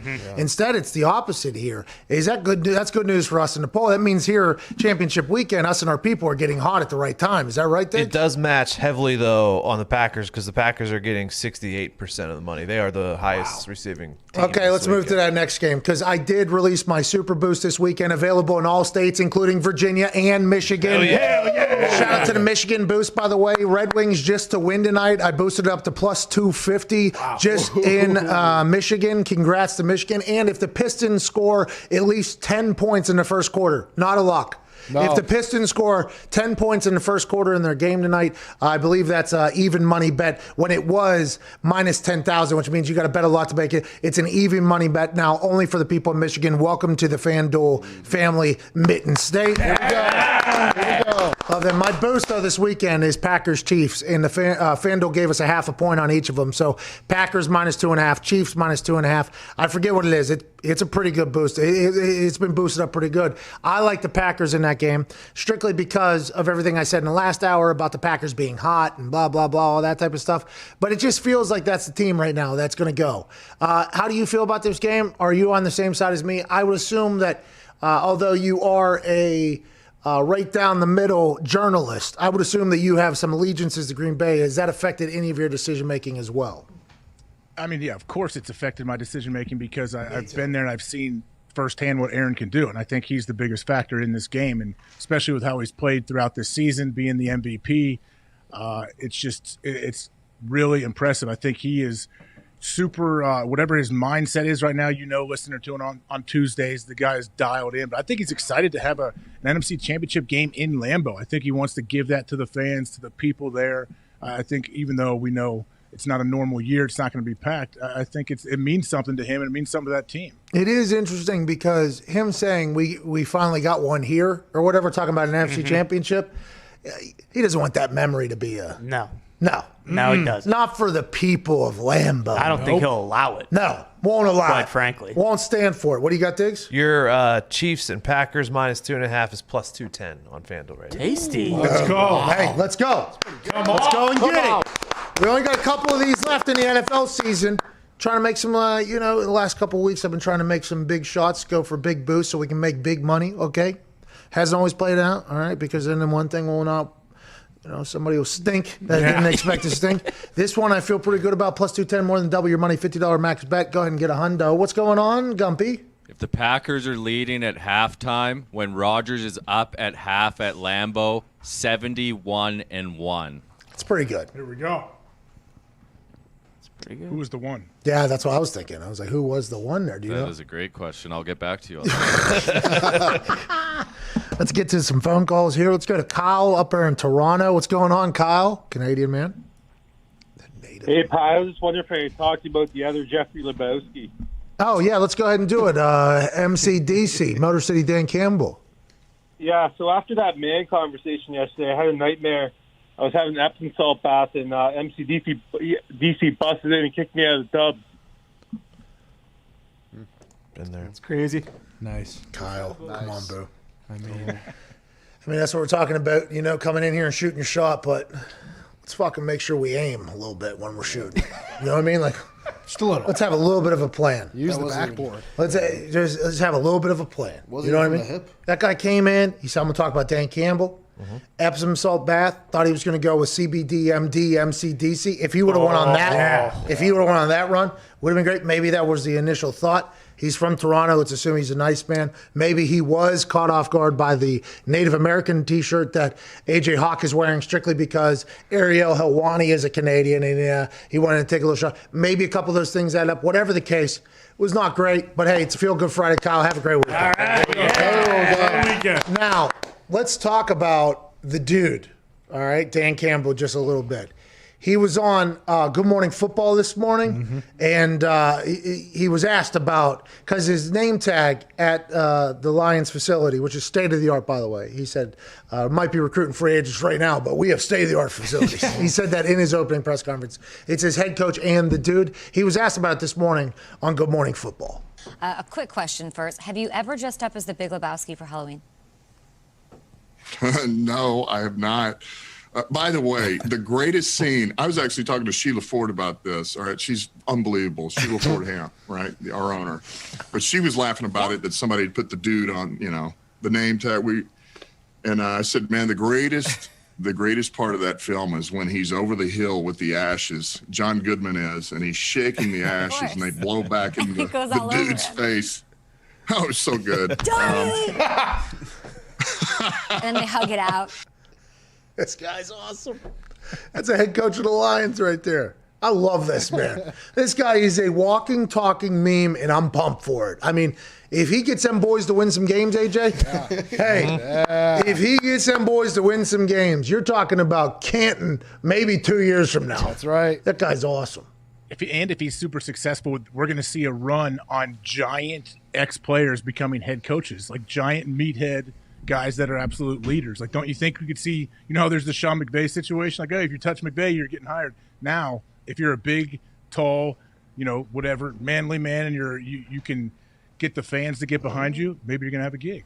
Vrabel might have started that. Yeah. Vrabel might have started that. And I guess if he gets going, and then now MCDC gets going, there's going to be some outside firm that's going to talk to these owners and go, there's something to say about kind of the guys that look like they have an entire tin of tobacco. That's what they do. They put tobacco, an entire tin of tobacco in their jaw at all times. Those guys have found success motivating their team. And then the owners will be like, I guess you're right. Somebody fucking call AJ Hawk down there. Somebody get AJ Hawk over here to fight all the other coaches. I have no idea how he's going to do. I have no clue how it's going to go, but it seems like it's going to be entertaining. Well, I'm just curious because I know Lions fans love it. They're going crazy like they just got the reincarnation of Lombardi. What are we giving it? 12, 14 months before they all think he's just a big dumb dipshit? That's America's sweetheart right there. Come on. I'm just curious. The same thing happened with Patricia. Hey, we got the mad genius. And then, 14 months later, they're like, get this fat doofus out of here. Cyclical. Hey, Ty, it's about expectations, don't you think? You'd much rather be a guy that comes in that's kind of unheard of, like Arthur Smith. People aren't really sure what he's going to be in Atlanta, and then all of a sudden you win. Like, wow, this guy's amazing. Like, the expectation's all that matters. Well, it sounds like their expectations are sky high. They're still talking about 10 and 7 going to the playoffs. I think they might need to. Let's go to Brett in Michigan. Brett, what's going on up there? You guys ready to run through some walls for MCDC, pal? Oh yeah, man. We got some rumors that we're trying to trade for Deshaun Watson already up here. Sure. Why not? Why not? Boomer said Stafford's gone. Hey, how about that? Stafford allegedly wants out. I don't know if Boomer heard that from our show or actually heard that from somebody legit, but allegedly Stafford wants out. Bring him to Indy, AJ. Bring Stafford to Indianapolis. He should want out, and there's a lot of options for him, too. We got some breaking news. Ian Rappaport, Chiefs quarterback Patrick Mahomes, tells reporters that he's been cleared from the NFL's concussion protocol. He's good to go for Sunday. The independent neurological consultant has cleared Patrick Mahomes. That's step 5 of the concussion protocol. He's all the way back. Will we ever find out what happened? Hopefully this offseason, Patrick will tell the story or somebody else will, because he is, one of the biggest names in all of sport at this point. It was kind of an interesting situation. Patrick Mahomes will be in Arrowhead with a clear head, playing against the Buffalo Bills. He has been completely cleared. Let's go. There was talks of maybe moving the game if he couldn't play. Thankful we don't have to do that, AJ. That was you, right? Didn't you say they should move the game? No. Somebody much better than me at this job said that. I tell you what, for Cowherd, just to say that and the reaction it got, why not? Why wouldn't he say that? That's why he's much better than me at this job. For instance, that's Exhibit A right there, and B, C, and maybe even D of why he's better than me at this job. But it doesn't matter at this point. Patrick Mahomes is back. That helps out the Super Boost. That helps out everybody's thoughts. Although Chad Henne's still a problem. Let's not get into it. True. Chad Henne's still a problem. Look out. We got a good chance to kind of move on. One last phone call, then we'll take a break. Then Michael Lombardi will join us on the other side, AJ. Do you enjoy talking to that man? I love listening to him speak. I listen to his podcast with Adnan Burke, too, sometimes. Really? Yeah. The GM Shuffle Pod? Yeah, they love The Sopranos, obviously. I will say Lombardi does like the Italians. Oh, yeah. Very much so. Sirianni got hired in Philly. We'll talk to him about that. There's an Italian. Yeah. We'll also talk about football hirings, firings, rumors, trades, everything like that. Not going to take a call. I kind of lied there. We're just going to get to the break now because I would like to talk to Lombardi. We will wrap up the show with phone calls on this Feel Good Friday. We appreciate the hell out of you. We're back in 4 minutes. Have a good one.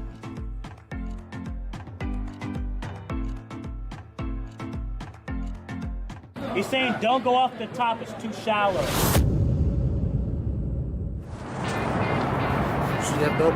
All you're going to hear this stadium do is they put the big paw up, they start shaking it, they go, whoa.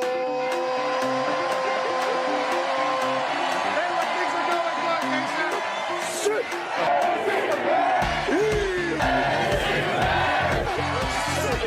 Yeah, he loves the defensive side of the ball. He said yesterday to me that this is a blue-collar team. They win it on special teams. They have 5 block kicks this season. The defensive side of the ball, Lynch leads the Big 12 in sacks. But also on the offensive side, Denzel Mims is an absolute animal. He is a weapon.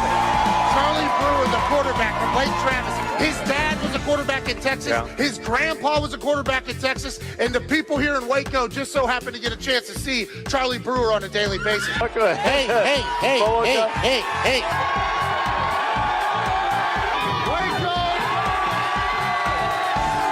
Yeah, boomer here is going to mean a little bit different than what it means on the internet currently. And hopefully here in Baylor, they hope they're not hearing a lot of boomer sooner. Everybody wants to be a punter, including quarterbacks. If I was a quarterback, I'd want to be a punter as well. 0 yards on that punt. That's an embarrassing situation. The Dak dance that gets on national television has led to a lot of losses, but you got to respect the hips being able to. What sign am I going to make for college game day? Well, I want to make something creative. I want to make something fun. No, to hell with it. I don't like OU. It's so thick. Look how thick that thing is. That's years and years of patience. Right now? Okay, let's do it. We are out here on the Brazos River, which you can take a boat to the game. One of the only stadiums in the country that you can do that. It's beautiful out here. A lot of people would say, this is the last time I'm going to be on game day. The last time I allegedly did what I'm about to do, I ended up in a jail cell. Let's go!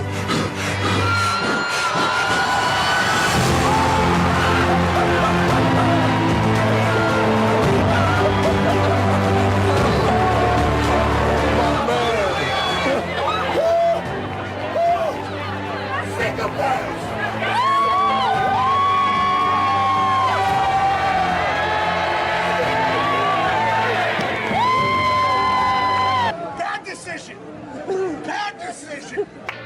The poop kickers kick us way down here. It's a lot higher than I thought. You look like Ric Flair.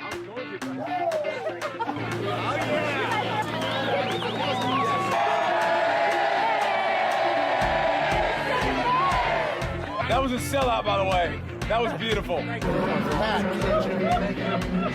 have any other shirts? Yeah, hold on. You need to go get changed before you get sick.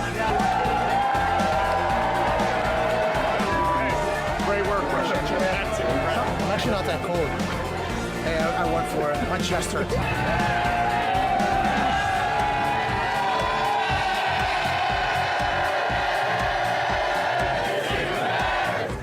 It was like 5 feet. I was standing there. That's full commitment, by the way.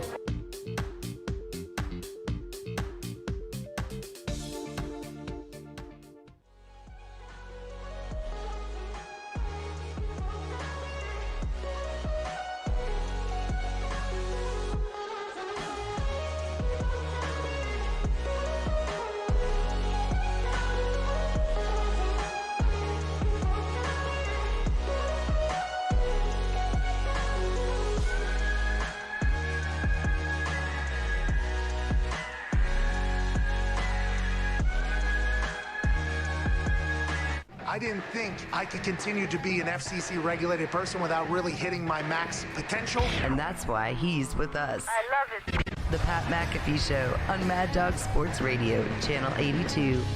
Not allowed to play it. Welcome back to the show. Oh, no. Not allowed to play it. Why Can't not? do it. What happened? I recall. What? Can't play the song. Nope. Not special anymore. Don't Leave Me Lonely. Late night special band. I feel like we had a great relationship, us two. Seriously. Love that song. Sang that song. Feel Good Friday. Coming out of the last commercial break, it was almost the thing that brought us home. Yeah. Song's doing so well, we can't play it anymore because copyright things and strikes like that. left us Every time we alone. play it, they try to shut down our entire fucking business. Wow. Song ain't that fucking good. Nope. But I did enjoy the hell out of the run that we had, and I appreciate them so much. Their other music is also fantastic, I will say. But now it's time for us to find another band that is trying to, get onto the scene. Hopefully we'll be able to play some of their songs, and then they will get to a point where they're so big that they will try to take down our business for playing their music. Yeah, King Cots. We ain't never playing that motherfucker's songs again. Fair. Hey, I didn't. It's hype like Aaron Rodgers. No. Sorry. Other music, maybe. Not the hype like Aaron Rodgers. You're right. I thought you were just referring to that song. We won't play that song again. Can't do it. No. Won't do it. Can't win with it. Maybe we do. Just a taste. I was a little bit hard. It's not on there. It's gone. See, hopefully he writes a song like hype Joining like us- Mike Lombardi. Yeah, joining us now is a man who should make his own song. I would listen to it. I watched this guy's TED Talk this morning, by the way. So I've had a chance to learn a lot about this man. We do a podcast together every Monday, Thursday, Friday called Hammer Don. It's a gambling podcast that Diggs, myself, Gumpy, and this man are on. It turns into just a questionnaire for this guy. And it turns into like football history. And as I've gotten a chance to listen to him speak and learn about him, the respect level grows and grows. He's an Italian man that was once a general manager in the NFL, a coaching consultant, an author, I think all this other. He has an email, he hosts a podcast. I mean, he is impressive. His TED Talk, though, is one that you should listen to about leadership. Ladies and gentlemen, Michael Lombardi. Let's go, Lombardi! Thank you. I want to know what my was. That was. Oh, jeez, Mike. I mean, that whole lead up. Now we're hearing every other word that you're saying for some reason. The audio's getting messed up over there. Do you have the phone leaned a little bit? Yeah, maybe. There you go. How's that? Wait, hold. Yeah, we'll figure it out. How's that? We better? Hey! Yeah. Feels good. Sounds good. You sound very good. Your TED Talk was awesome. Did you want me to grade it, is what you said? Yeah, I was got a grade. Oh, shit. Gotta call him back. Gotta call you back. I don't know if there's going to be a better intro the next time. No way. You know what I mean? That's kind of tough whenever you got to sell out there and Can we clip it real quick and then just re-put it back in there? run it right back? Like we did with the Helwani clip. Exactly. That's what big good shows do. Yeah. That's what we need to do. What do you want to talk to him about? Whenever you get a chance to talk to Lombardi, he's back. Ladies and gentlemen, Michael Lombardi. That was a great intro. Thank you. I wish my mother was around to hear that. All right, let's talk real quick. Your TED Talk was awesome. I'd grade it an A. I've listened to a few TED Talks on flights because that series was available in the back of seats for a while. I would listen to yours again for sure. A lot of references to Walsh and Belichick and everything where you've been around. Going into championship weekend here, Mr. Lombardi, Michael Lombardi. Whenever you're on a team that's going into this weekend, and I was young, but I didn't really pay attention. But from a front office standpoint, a higher up standpoint, coach's standpoint, what are you hoping? You're just hoping that your team shows up at this point. Hey, we've already put all the work in. We just got to hope that our guys show up. What are our matchups this week? What is the full mindset of somebody that's been in the front office of an NFL team that going into this weekend? I think you got to get the players to not be nervous and play like it's a game in October. Walsh used to dress up as a bellman one time before the Super Bowl in Detroit. So he wanted the players to feel relaxed. That he laid in the locker room again when we played at Stanford, when we played the Dolphins. I think it's about playing fast. He always believed these games you needed simple game plans. You needed like a clean, crisp game plan, execute the things you do really well, and then play really fast. And just make sure that every third and short situation, you've got multiple outs to do it. You've got a lot of fourth down calls in your bag that you can go to, and then just let it go. And then when you get the lead, don't stop. Don't get conservative in the last 10 minutes of the game.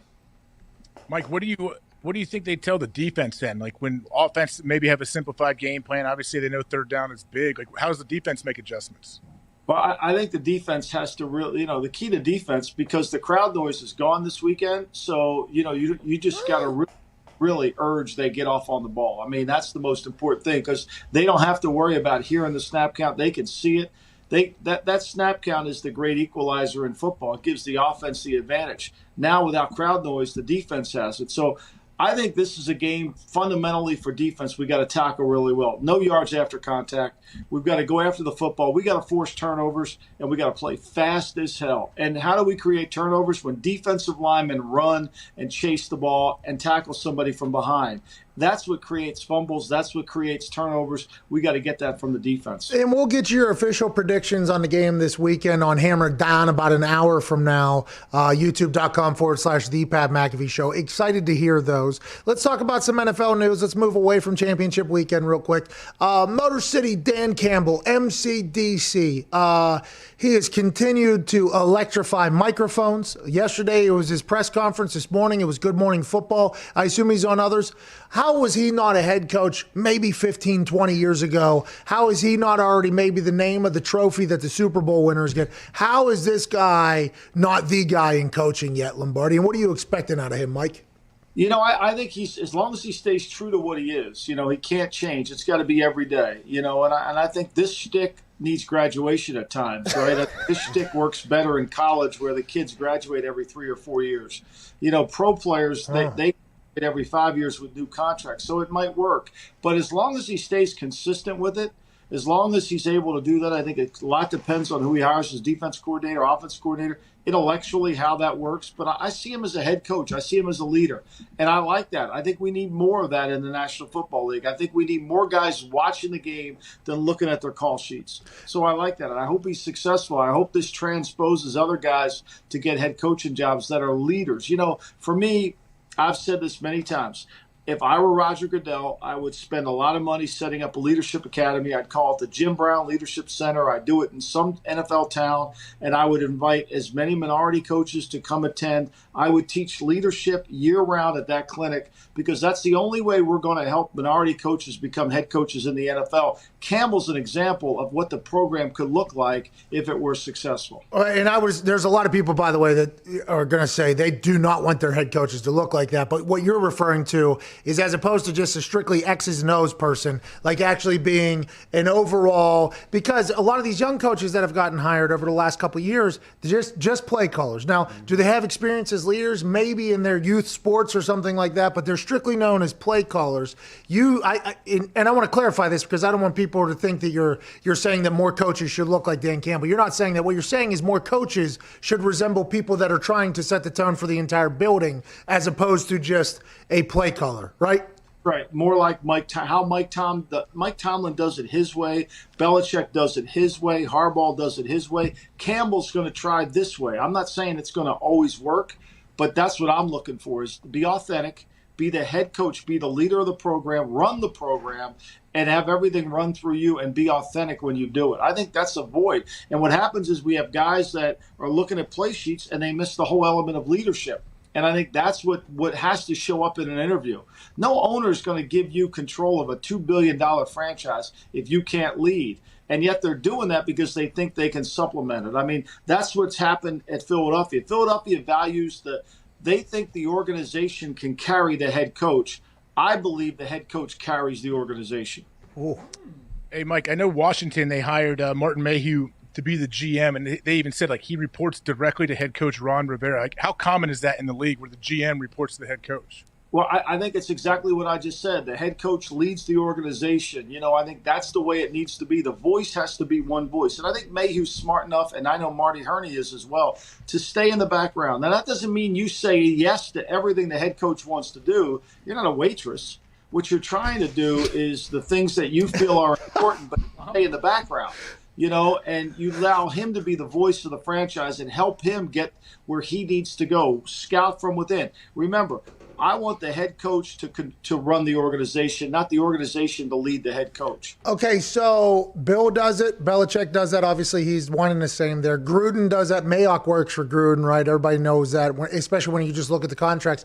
Is there anywhere else and has that ever backfired completely in your quick recollection? Yeah, I mean, it does backfire. I mean, look, Kyle Shanahan, there's nothing that happens in San Francisco that Kyle Shanahan doesn't sign off on. Now, that's no disrespect to John Lynch. That's just, it's in Kyle's contract. I mean, he's got it all. Yeah, I think when you give it to the coach who's not equipped to handle it, who doesn't work as hard to do that, when you give him too much authority, I think when you look at, let's go back to Green Bay, AJ, when, you know, McCarthy. When they broke the model, when Mike Sherman had it. Oh. And Mike had too much authority, that wasn't good for the organization, and they needed to peel it back when they brought Ted Thompson in. So I think that it has to be the right guy you give it to. And like Kevin Colbert at Pittsburgh, Kevin might have it in his contract that he might have final say on certain, but they allow Tomlin to run the organization through him. That's the key.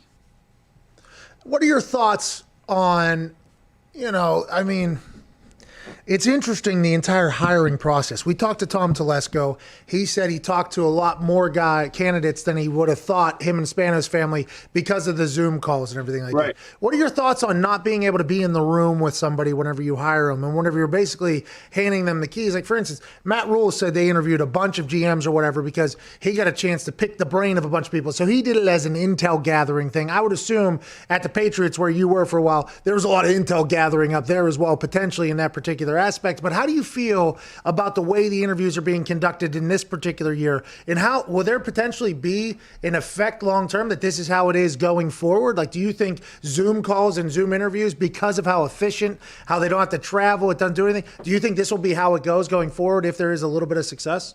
I think there has to be. I think the Zoom has really helped all of our lives. I mean, you know, no travel allows you to get more work done. I mean, just think about it from an area scout standpoint. He can stay at home. He's watching tape. You're getting way more work done. You're not chasing airplanes. You're not on the road going to a rental car place. You know, time equals money. And the more you can stay at your desk and work on tape and work on the things being around your team, it's better. And then, look, you wouldn't interview all the people that you interview if it wasn't for Zoom. And this Zoom allows you to kind of peek behind the curtain a little bit to people, well, I really don't want to talk to that guy. You know, I got to fly him in. I don't have – no, you put them on Zoom. I think it's really, really going to be the next step. We haven't changed scouting. I got in scouting in 1984. We were on 16 millimeter tape at the time, and you had to go to the school. You had to go to, you know, West Virginia to watch Pat McAfee punt. You had to go to Ohio State to watch A.J. Hall. You had to go to those schools to watch, and you only got to watch the games that were available on the 16 millimeter tape. Today, I could sit in my house and I can watch whatever game I want to watch. Like, why would I need to go? And when I go to the school, they're only going to lie to me anyway. Oh, he's great, right? I'm not getting no truth. So I might as well do all the work before I go and then start asking specific questions. I think we've changed the landscape of the NFL scouting procedures and how we operate interviewing coaches. We thought about that in the first hour, I think, or maybe the second hour, when COVID obviously has changed the world in a negative fashion, obviously. I mean, but there are some things that have come from this. And I guess, what do they say? Necessity is the father of ingenuity or the mother of ingenuity or something like that. I don't know. I'm not 100% sure. It feels like because of the world, we've made some changes that I think we're going to use going forward, where a lot of people are like, yeah, back in 2020, we fucking figured out we did not have to get on 15 planes a week, turns out. We were able to just actually do this. It'll be very interesting going forward. Ty, what do you got? Mike, at this point, with all the drama in Houston and everything, is there anyone that is really going to want to take that job, especially now you hear that Easterby is going to have influence and presence on like the football side of things? God bless you. I wrote today for the Athletic a column about that. I mean, I think Nick Cesario's got to change some things. I mean, I don't think that can happen. I think, as I've said before, when there is a sense of perception becomes reality, no matter what the truth is, the power lies in the perception, and you got to change that. I don't see how Jack can be the guy he needs to be. The Jack that I saw at New England, who had a benefit, who did help our football team really make that work down in Houston, because the trust is gone. There's no trust. So that needs to get fixed. And I think that this really, if I were Nick, I would do it in this order. I would get the head coach in place. And I think there's plenty of guys that will take the job. I'd get the right guy. I'd get somebody with experience. I wrote today, I'd hire Marvin Lewis. Guy's got 131 wins in Cincinnati. First of all, you get 100 wins as an NFL coach, you're pretty damn good. You get 131 of them in Cincinnati, you're good. Cincinnati's won 12 games the last 3 years. He's got 6 of those wins. Think about it. So he would give them, they need an experienced guy to come clean up this mess with Nick. They need it. I would do that first. Then I would go deal with the Easterby situation. I just don't think that works. I don't see how you're going to work around it. The owner may want him there, but I don't know how Jack could actually feel like he can have an impact the way it is right now without trust. And then I would go handle Deshaun Watson. And I'm not going to trade Watson. I'm going to go spend time with his mother. I'm going to go spend time with Dabo. I'm going to do everything in my power to sit there and try to figure out why 139 days ago he signed a huge contract and today he wants to get traded. All right. Hey, Lombardi, we love you every single time you come on. I cannot wait to hear who you're picking this weekend at 3:30 on Hammered Down. You're the absolute best. Thanks, guys. Appreciate you. Ladies and he's going to hang up quick. Ladies and gentlemen, Michael Lombardi. He gets out of calls quicker than any other human on earth. Busy guy. Oh, this is it? All right. See you later. Let's get out of here. That Houston Texans is a very interesting job over there. Mm-hmm. So you're locking in Packers and Chiefs, -3, both of them. Absolutely. Me too. I would assume, isn't that what most of the money is on? No. Bills. A lot of money's on the Bills, actually. So that's good news for us. Packers, though, 68%. It was earlier. I don't know if it's moved at all or whatever. Packers is at 66. Bills is at 60. I think maybe we may see some now, like an outpouring or inpouring of Chiefs money coming in now that Patrick Mahomes is officially playing. Oh, maybe people are yeah. waiting. People are probably being a little hesitant there for a second. What's that, Gumpy? -3 is already at -125. It was -115 this morning. Oh, so that's going to -3.5 here pretty soon is what everybody's saying. Good for us getting it at 2.5 on both games there on FanDuel for my Super Boost. Welcome, Michigan and Virginia to the party. Let's get some phone calls here. Let's go to Thomas in Montana. What's up, Montana? Ooh. Hey, what's going on? Hey, not too shabby. How are you? Good. I got a question. What do you think about Dak Prescott to the Colts? I like it more than Carson Wentz to the Colts. Yeah. Let's go to Austin in Missouri. What's going on, Austin? I do. A lot more. Pat, AJ, boys, how the hell we doing on this Feel Good Friday? Hey, not too shabby, Austin. What? Hey, I'm just wondering, similar to the tie question on Aaron for MVP, what else does my man Big Red have to do to take the crown as the greatest coach of all time? And why are all these stooge organizations snubbing my man EB? Okay, the Bieniemy thing is very interesting, obviously. And obviously with the way Motor City Dan Campbell handled his press conference yesterday, a lot more questions came to the light about it. My question earlier was, if you're Bieniemy, do you think Bieniemy would have taken the Lions job if offered it? If you're Eric Bieniemy, would you go there? Now, granted, if he has not been offered a single job, maybe that would be like, yeah, I'll take this job. Nobody wanted this job, and nobody wanted me, or whatever, and do the whole thing. But do you think Eric Bieniemy was ever in play for the Lions job because Eric Bieniemy wanted? I don't know. I'm not 100% sure. I don't know the ins and outs of that, AJ. I mean, I doubt he turned down the offer if they did offer him. I was curious about Bieniemy because I don't know anything about him. I texted one of my buddies who played there in Kansas City. He said, yeah, he was there all 6 years I was. And he had this super long text of like, the guy is, all of his players are super disciplined. They're super like respectful. They don't talk back. He doesn't take anything from anybody, like from Jamal Charles down to a fifth string guy.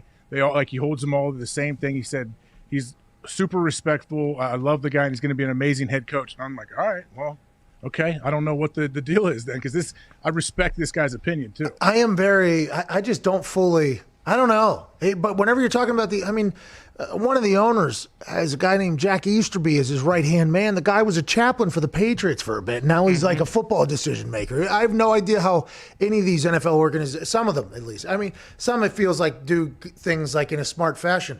You got a lot of dumb things happening in a league that you wouldn't think does. And by the way, that's society in general. Most of these big companies that you have a lot of respect for, you get a chance to peek behind the curtain. I would assume there's some shit that you're like, how is this even happening at this place? That seems to happen on a regular basis. What's that, Diggs? I was building off of what Lombardi was saying as far as coaches being play calls and stuff like that. I did see in Salah's press conference yesterday, he's not going to call defensive plays. He said he wanted to coach the whole team. So I assume that seems like it's a good sign for the Jets there. Yeah, there's a tweet from what's his name? I see his face. Kind of has like messed up hair a little bit. It was about the three coaches' quotes from their press conference. Will Brinson. Bingo! Nice. Quite the trio of NFL head coach press conferences today. Chargers Brandon Staley cites analytics, drops newspaper term a gate. Jets Robert Saleh, gas, no break, all gas, no breaks, get better every day. Lions Dan Campbell, we're going to gnaw off your fucking kneecaps. Let's go. Let's go. 3 different ways there. 3 different ways. We'll see which one is the best. Interesting. Let's go to Lucas in Wisconsin. What's going on, Lucas? Hey, Pat, Age, boys, how we doing? Hey, not too shabby there, don't you know? Good. Happy Feel Good Friday to everybody. Hell yeah. Good luck this weekend, man. Pulling for you. You and the Packers. Hey. Let's go. Hey, this is a Packers show. Best Packers regional show in the business. No. We are right down the middle show. We are definitely not a Bears show, although we will pay them the exact same amount of attention as any other team. Yeah. But thank you for calling, Lucas. What do you want to talk about? So I see you guys talking about this Coach's Fight Club recently, headed by Big Mike Vrabel, Bob Salah, MCDC. I think you guys are leaving out some dark horses. How are we not talking about Iron Mike McCarthy coming in for this? He gets slept. Let's go to Phil in Maryland. What's going on, Phil?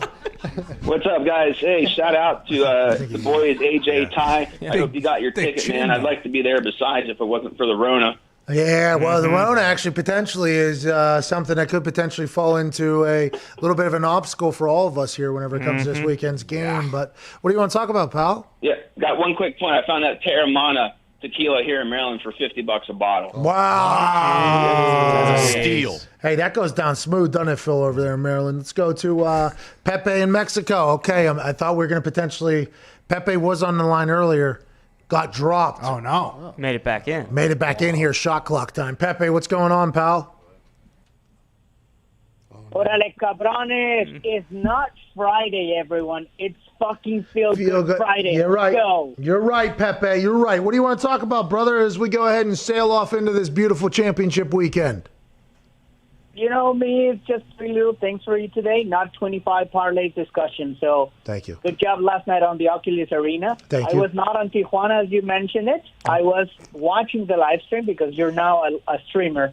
Good job on that one. So quickly, I have 2 ideas for the quarterbacks on the Colts. One is I've heard on other sports shows, as we have one session here, that they saw Colts management landing in Detroit on Wednesday. So that would be a good lead over there. But the last one that I would like to know is best thing is to give a call to a former Colts great QB. And I'm not talking about Andrew Luck.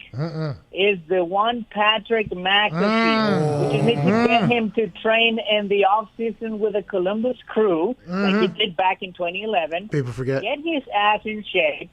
Rock the golden long hair, just like the Barbie Trevor Lawrence. So let's do it. Okay, Pepe, I appreciate that. I don't know if now is the time for me to start my NFL quarterbacking career full time. Back in the day, I used to do it every once in a while, but I appreciate that. If Colts personnel was landing in Detroit, that's great news for the Colts fans. I'm pumped about that. Where do you think Stafford ends up going? You think he's with Detroit next year with MCDC and the boys, or you think he's on the move? Well, first off, what are they doing? How can they go to Detroit? They're going to be able to meet face-to-face with Matt Stafford? He's still on the Lions. No, they'll have a probably a connecting flight to Dakota to get to talk to Wentz. No. Yeah, that's a good point. That's not what's Great going point. on. They're probably just putting hockey glass up. It's like we're not actually in the same room. Dividers. There's no COVID and we're not in the same room. Yeah, that'd be interesting if old Ballard flew up to Detroit yesterday. Mm-hmm. Hey, I saw your press conference. I heard rebuild. You want to get rid of that guy or what? And Dan Campbell's like, I'll tell you what, I will get rid of No, I won't get rid of What will we do? We gnaw a knee off? He will, won't he? Well, that kind of puts me in a little bit of a pickle. I'll fight you for him. Because I want to rebuild this team. But he's pretty expensive. So, and he will bite a kneecap off. I don't know how many other quarterbacks will do that. What a pickle Dan Campbell's in right now. Yes. Because that is the quarterback you would want. Absolutely. But there's no, Him and Fitzpatrick are probably the. Fitzmagic is going to Detroit, right? Yeah. Bring him in. Oh, for sure. For sure. All right, we got to get out of here, dude. We got about 1 minute left here. AJ, do you have anything to say to the listeners on SiriusXM Channel 82 Mad Dog Sports? I think it should be a great weekend of football. I think we are very, very lucky to have this ahead of us. I think so, too. I think championship weekend in the NFL got it right. I think on Monday, when we're overreacting in a beautiful fashion, we'll be talking about two great games. Two games that represented the conferences that they were representing in a beautiful fashion. I think the Bills and Chiefs are going to be an epic battle. I think Tom Brady and the Buccaneers traveling to Lambeau is going to be historic. I'm excited for my Super Boost to hit. That's Packers and Chiefs, minus 2.5 points for both of them. Boosted up to plus 210, more than double your money. You get better spread, double your money there. Only on FanDuel. Welcome Michigan and Virginia to the FanDuel family. If you're in Michigan, you can bet on the Pistons scoring 10 points in the first quarter tonight. Not a lock, even money. It was originally minus 10,000. If you're also in Michigan, Red Wings to win tonight, boosted to plus 250. Wow. Shout out to everybody. Have an incredible week. We can't thank our guests enough. I can't thank the boys enough. And we can't thank all of you that listen wherever the hell you may be. Enjoy championship weekend. Watch Conor McGregor get a dub. We will be back on Overreaction Monday. Chris Mad Dog Russo, the legend, is next. Nailed it. Yeah, nailed it. Absolutely nailed it. Just go. Fucking home run right there. You know what I mean? As soon as the clock struck 2:56, pause right after the last word I said there. Pretty good. Feel good about it, AJ. Feel good about it. I think you should feel great about it. Most people can't do that. Well, I'll tell you what. Normally, I have to sneak like 6-7 words in the last 2 seconds, and it's not that great of preparation, you know? But every once in a while, I can figure out a way to go ahead and stop right at the edge of the cliff. And that's what it's all about. And last night, by the way, I'm a streamer, AJ. I didn't see you in there for whatever reason. Who are you? I saw a little clip of you on the boxing thing. Yeah. That gigantic overhand right that you throw and you continue to land, you should be getting annihilated by those guys. What level is that?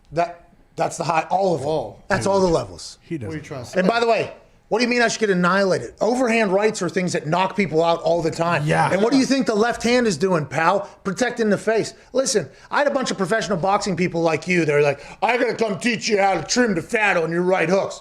Well, I'm getting around the goddamn gloves that are blocking the face. That's where I'm going. I'm going around the gloves right to the jaw. By the way, precision to the jaw, first of all. So why don't you just get your little Oculus and just let me know how you do in that game, okay? People, these same boxing people, they're little heroes, boxing people, say this is the most realistic boxing game that they've ever seen. You know what's realistic about it? I'm throwing fucking bombs with this hand, okay? You don't need to worry about where they're coming from. Know that they're landing in exact pinpoint accuracy to dislodge fake humans' faces, okay? I just knock out everybody. I don't know what people want from me. Saw a lot of those comments. Also saw a lot of people saying, God damn, that guy throws bombs. And I would like to let those people know that I appreciate them. But yeah, my fighting strategy, not good in real life, but in the Oculus thing, I throw punches for the entire round if I have to. I'm not scared about it. Do you have to move around at all? Like, what if he's coming after you? It looks like you never move. You just stand and throw. No, you can pivot, you know? And I could move if I wanted to. It was kind of tough with the way we were filming the whole thing. I couldn't move the thing to face the thing. I mean, it was very interesting. But yeah, you pivot, you can move a little bit. The hands are a big deal, right? This is like protecting yourself. And by the way, it wasn't noticed by the boxing people. Every time I threw that right, I was ducking too, by the way, because I knew a punch was potentially coming back. That's just a natural instinct now, but me, by the way. Wow. Ba-bang! Ooh. Ba-bang! Better protect them ribs. Well, that's why I don't want to do real life. I don't want to do real life because the body shots are wide open. But I think if I was to take my Oculus boxing to real life boxing, whoever I'm fighting needs to know that there's 100 punches coming this first round. I'm going to go right back to this corner. I'm going to go ahead and gather myself. And guess what? There's probably 110 coming in that second round. Look out. And then I'm going to gather myself, and it's coming in the third and the fourth round. I will die in there instead of throw punches. And it has caught up to me a couple times. I have been drenched in sweat, laid out flat on my back, AJ. I mean, it looks like a great workout. It looks like fun in that little arena situation that Zito and everybody set up for you. It looks pretty cool. I don't even know how it works. Zito, Billy, and Tim McAfee production. We have... Where is that? Like, where is that in your house? It's upstairs. Okay. It was a golf simulator room. I put a golf simulator in when I first moved in. Worked for like 6 months. My game was unbelievable, by the way. I got really good. And then the entire thing just started crashing. I would get into like the second hole, and it would just freeze, and then I would have to start it over and then come back, and then it would freeze. So it just became a hassle. But now we've found a reason for the space, and it's the Oculus Arena, and I love it in there. Nick won the viewers of the stream $1,000. Hey, good job, Nick. Boy, how'd you win that? Way to go, Nick. Me and Nick played ping pong against each other. He won $1,000 for the people. I mean, it was a good night out. So he beat you? What's that? So he won because he won $1,000. He beat you in ping pong. Oh, is that what happens? No, Foxy, I didn't win, but I also don't let the people down, unlike you, fucking clanking those bricks off the. Holy shit! You did ask for that, Foxy. Yeah, I did. Yeah, you kind of threw yourself. It was worth it. Nick scored. It's awesome. That's the champion for truth right there. No, Nick, it is a champion for truth. Nick Marotta. Of truth. Champion of truth? Yeah. I thought you were champion for truth. Did I? Oh no. Check the tape. What are you the champion of now? Your mom. Oh, good one, champion. Line him up, knock him down. Zito, you walked into that one too. It's a buzzsaw. Nick just got the ping pong game a couple days ago, though. He hasn't got a chance to sharpen the axe. I mean, what do you want from me? You're a professional athlete. Keep telling people this. You're gonna win. I did lose to a guy last night, though. Immediately after knocking 5 people out, I went back into the ping pong thing, lost to the guy. He had good spin. I shouldn't have lost that game, but I did, and I will lose some games in there. But more often than not, I will win. Mostly. Are you a good ping pong player? I was. I'm not as good anymore, but I mean, I can play. I doubt I can Can't grip a goddamn. I can hold it. I can hold the paddle pretty decent. You know, 2 hands maybe. Yep. I'm a 2-hand ping ponger. You better be ready. Like a baseball bat. You might struggle with that thing. Now. Seriously. Oh, yeah. Now that I think about it. Fingers won't fit around it, right? Can't be kind of like that. I don't know how he's doing. Wait, am I not going to fit in the Oculus in their little controllers? Well, I'm worried about the controller. You having to get those things around it. Yeah. Won't be able to grip them. You know what I mean? Dude, you used to grab and shed the jerseys so well. Oh, yeah. This guy was known for shedding the jerseys. He'd shoot and then he'd be able to throw it off just so well. You know what I mean? Yeah. Can you give us one look at that thing? No, my hands are way better than most everyone else that played in the Mine are, like I've had coaches that could just their fingers just move like 240 degrees. They can just flip them back and forth. I had a coach who had, hey, by the way, shout out to the University of Tennessee, 1 quarter pounder, extra cheese. You know what I'm talking about? Oh, yeah. Shout out. There's my recruits or whatever. A couple tater tots. You want some nugs in there? Anyways, I had a coach back in the day because the knee surgeries used to be, they would take a Chris Angel magic saw basically to your knee and just, and then they would put something in there and then they would just sew it back up. I had coaches that would walk like this, just like their knees. They would have so many scars and they would just walk like this around. And it was like, are you okay? Like, yeah. That arm like that, your elbow, your left arm is active. There's so many coaches and players that have that. Like the shoulder or whatever. And they just walk around. It's like, you ever going to get that fixed? Like, well, they did fix it. I don't fucking know about that. I think you got robbed. I think they potentially made it worse or whatever. Just hop off a goddamn pony there, pal. Did you watch the Go Big show last night on TBS? I'm unaware of what that is. Wow. Jeez. Is that Greeny? Should be. No, it's Bert Kreischer's show. Oh yeah, the TNT deal he has. TBS, dude. Same thing. Yeah, I didn't see it. I watched it last night for the first time. There was a trick pony rider. She was a gymnast, a horse gymnast or something like Nice. that. It was pretty interesting. Just like, I don't know if it was last year or a year before that, she fell off a horse and the horse actually kicked her right in her fucking sternum. Ooh. Lacerated everything inside of her. Almost dead. She said there was a Jack Easterby praying over her at one point. Really? Yeah, and then she came back and now she's riding this goddamn horse. She stood up on the horse with no hands on the thing, and they were just running full speed around it. I'm like, whoa, that's awesome. But she did not walk like this. They always say like the people that ride horses. From my understanding, this is just old NFL players that walk like this the entire time. Tell her not to get too comfortable because that horse will finish the job the next time. Her horse's name was Dollar. It seemed like Dollar really loved her though. There's Oh, did he? Was that before or after he was fucking kicking a hole through her chest? Yeah. I think Siegfried or Roy, that tiger loved him too when he ate his face off. True. Yeah, that's true. That was a deep love. Deep. Siegfried, he just died a couple days, like last week or something. Rest in peace, Siegfried. Yeah. Was it a tiger? I think natural causes. Luckily. What? Luckily, it was natural causes and not, a tiger eating this guy's throat. Could have been the way he wanted to go out, though. By the way, in the real world, Joe Exotic did not get pardoned. Turns out. Shame. Man.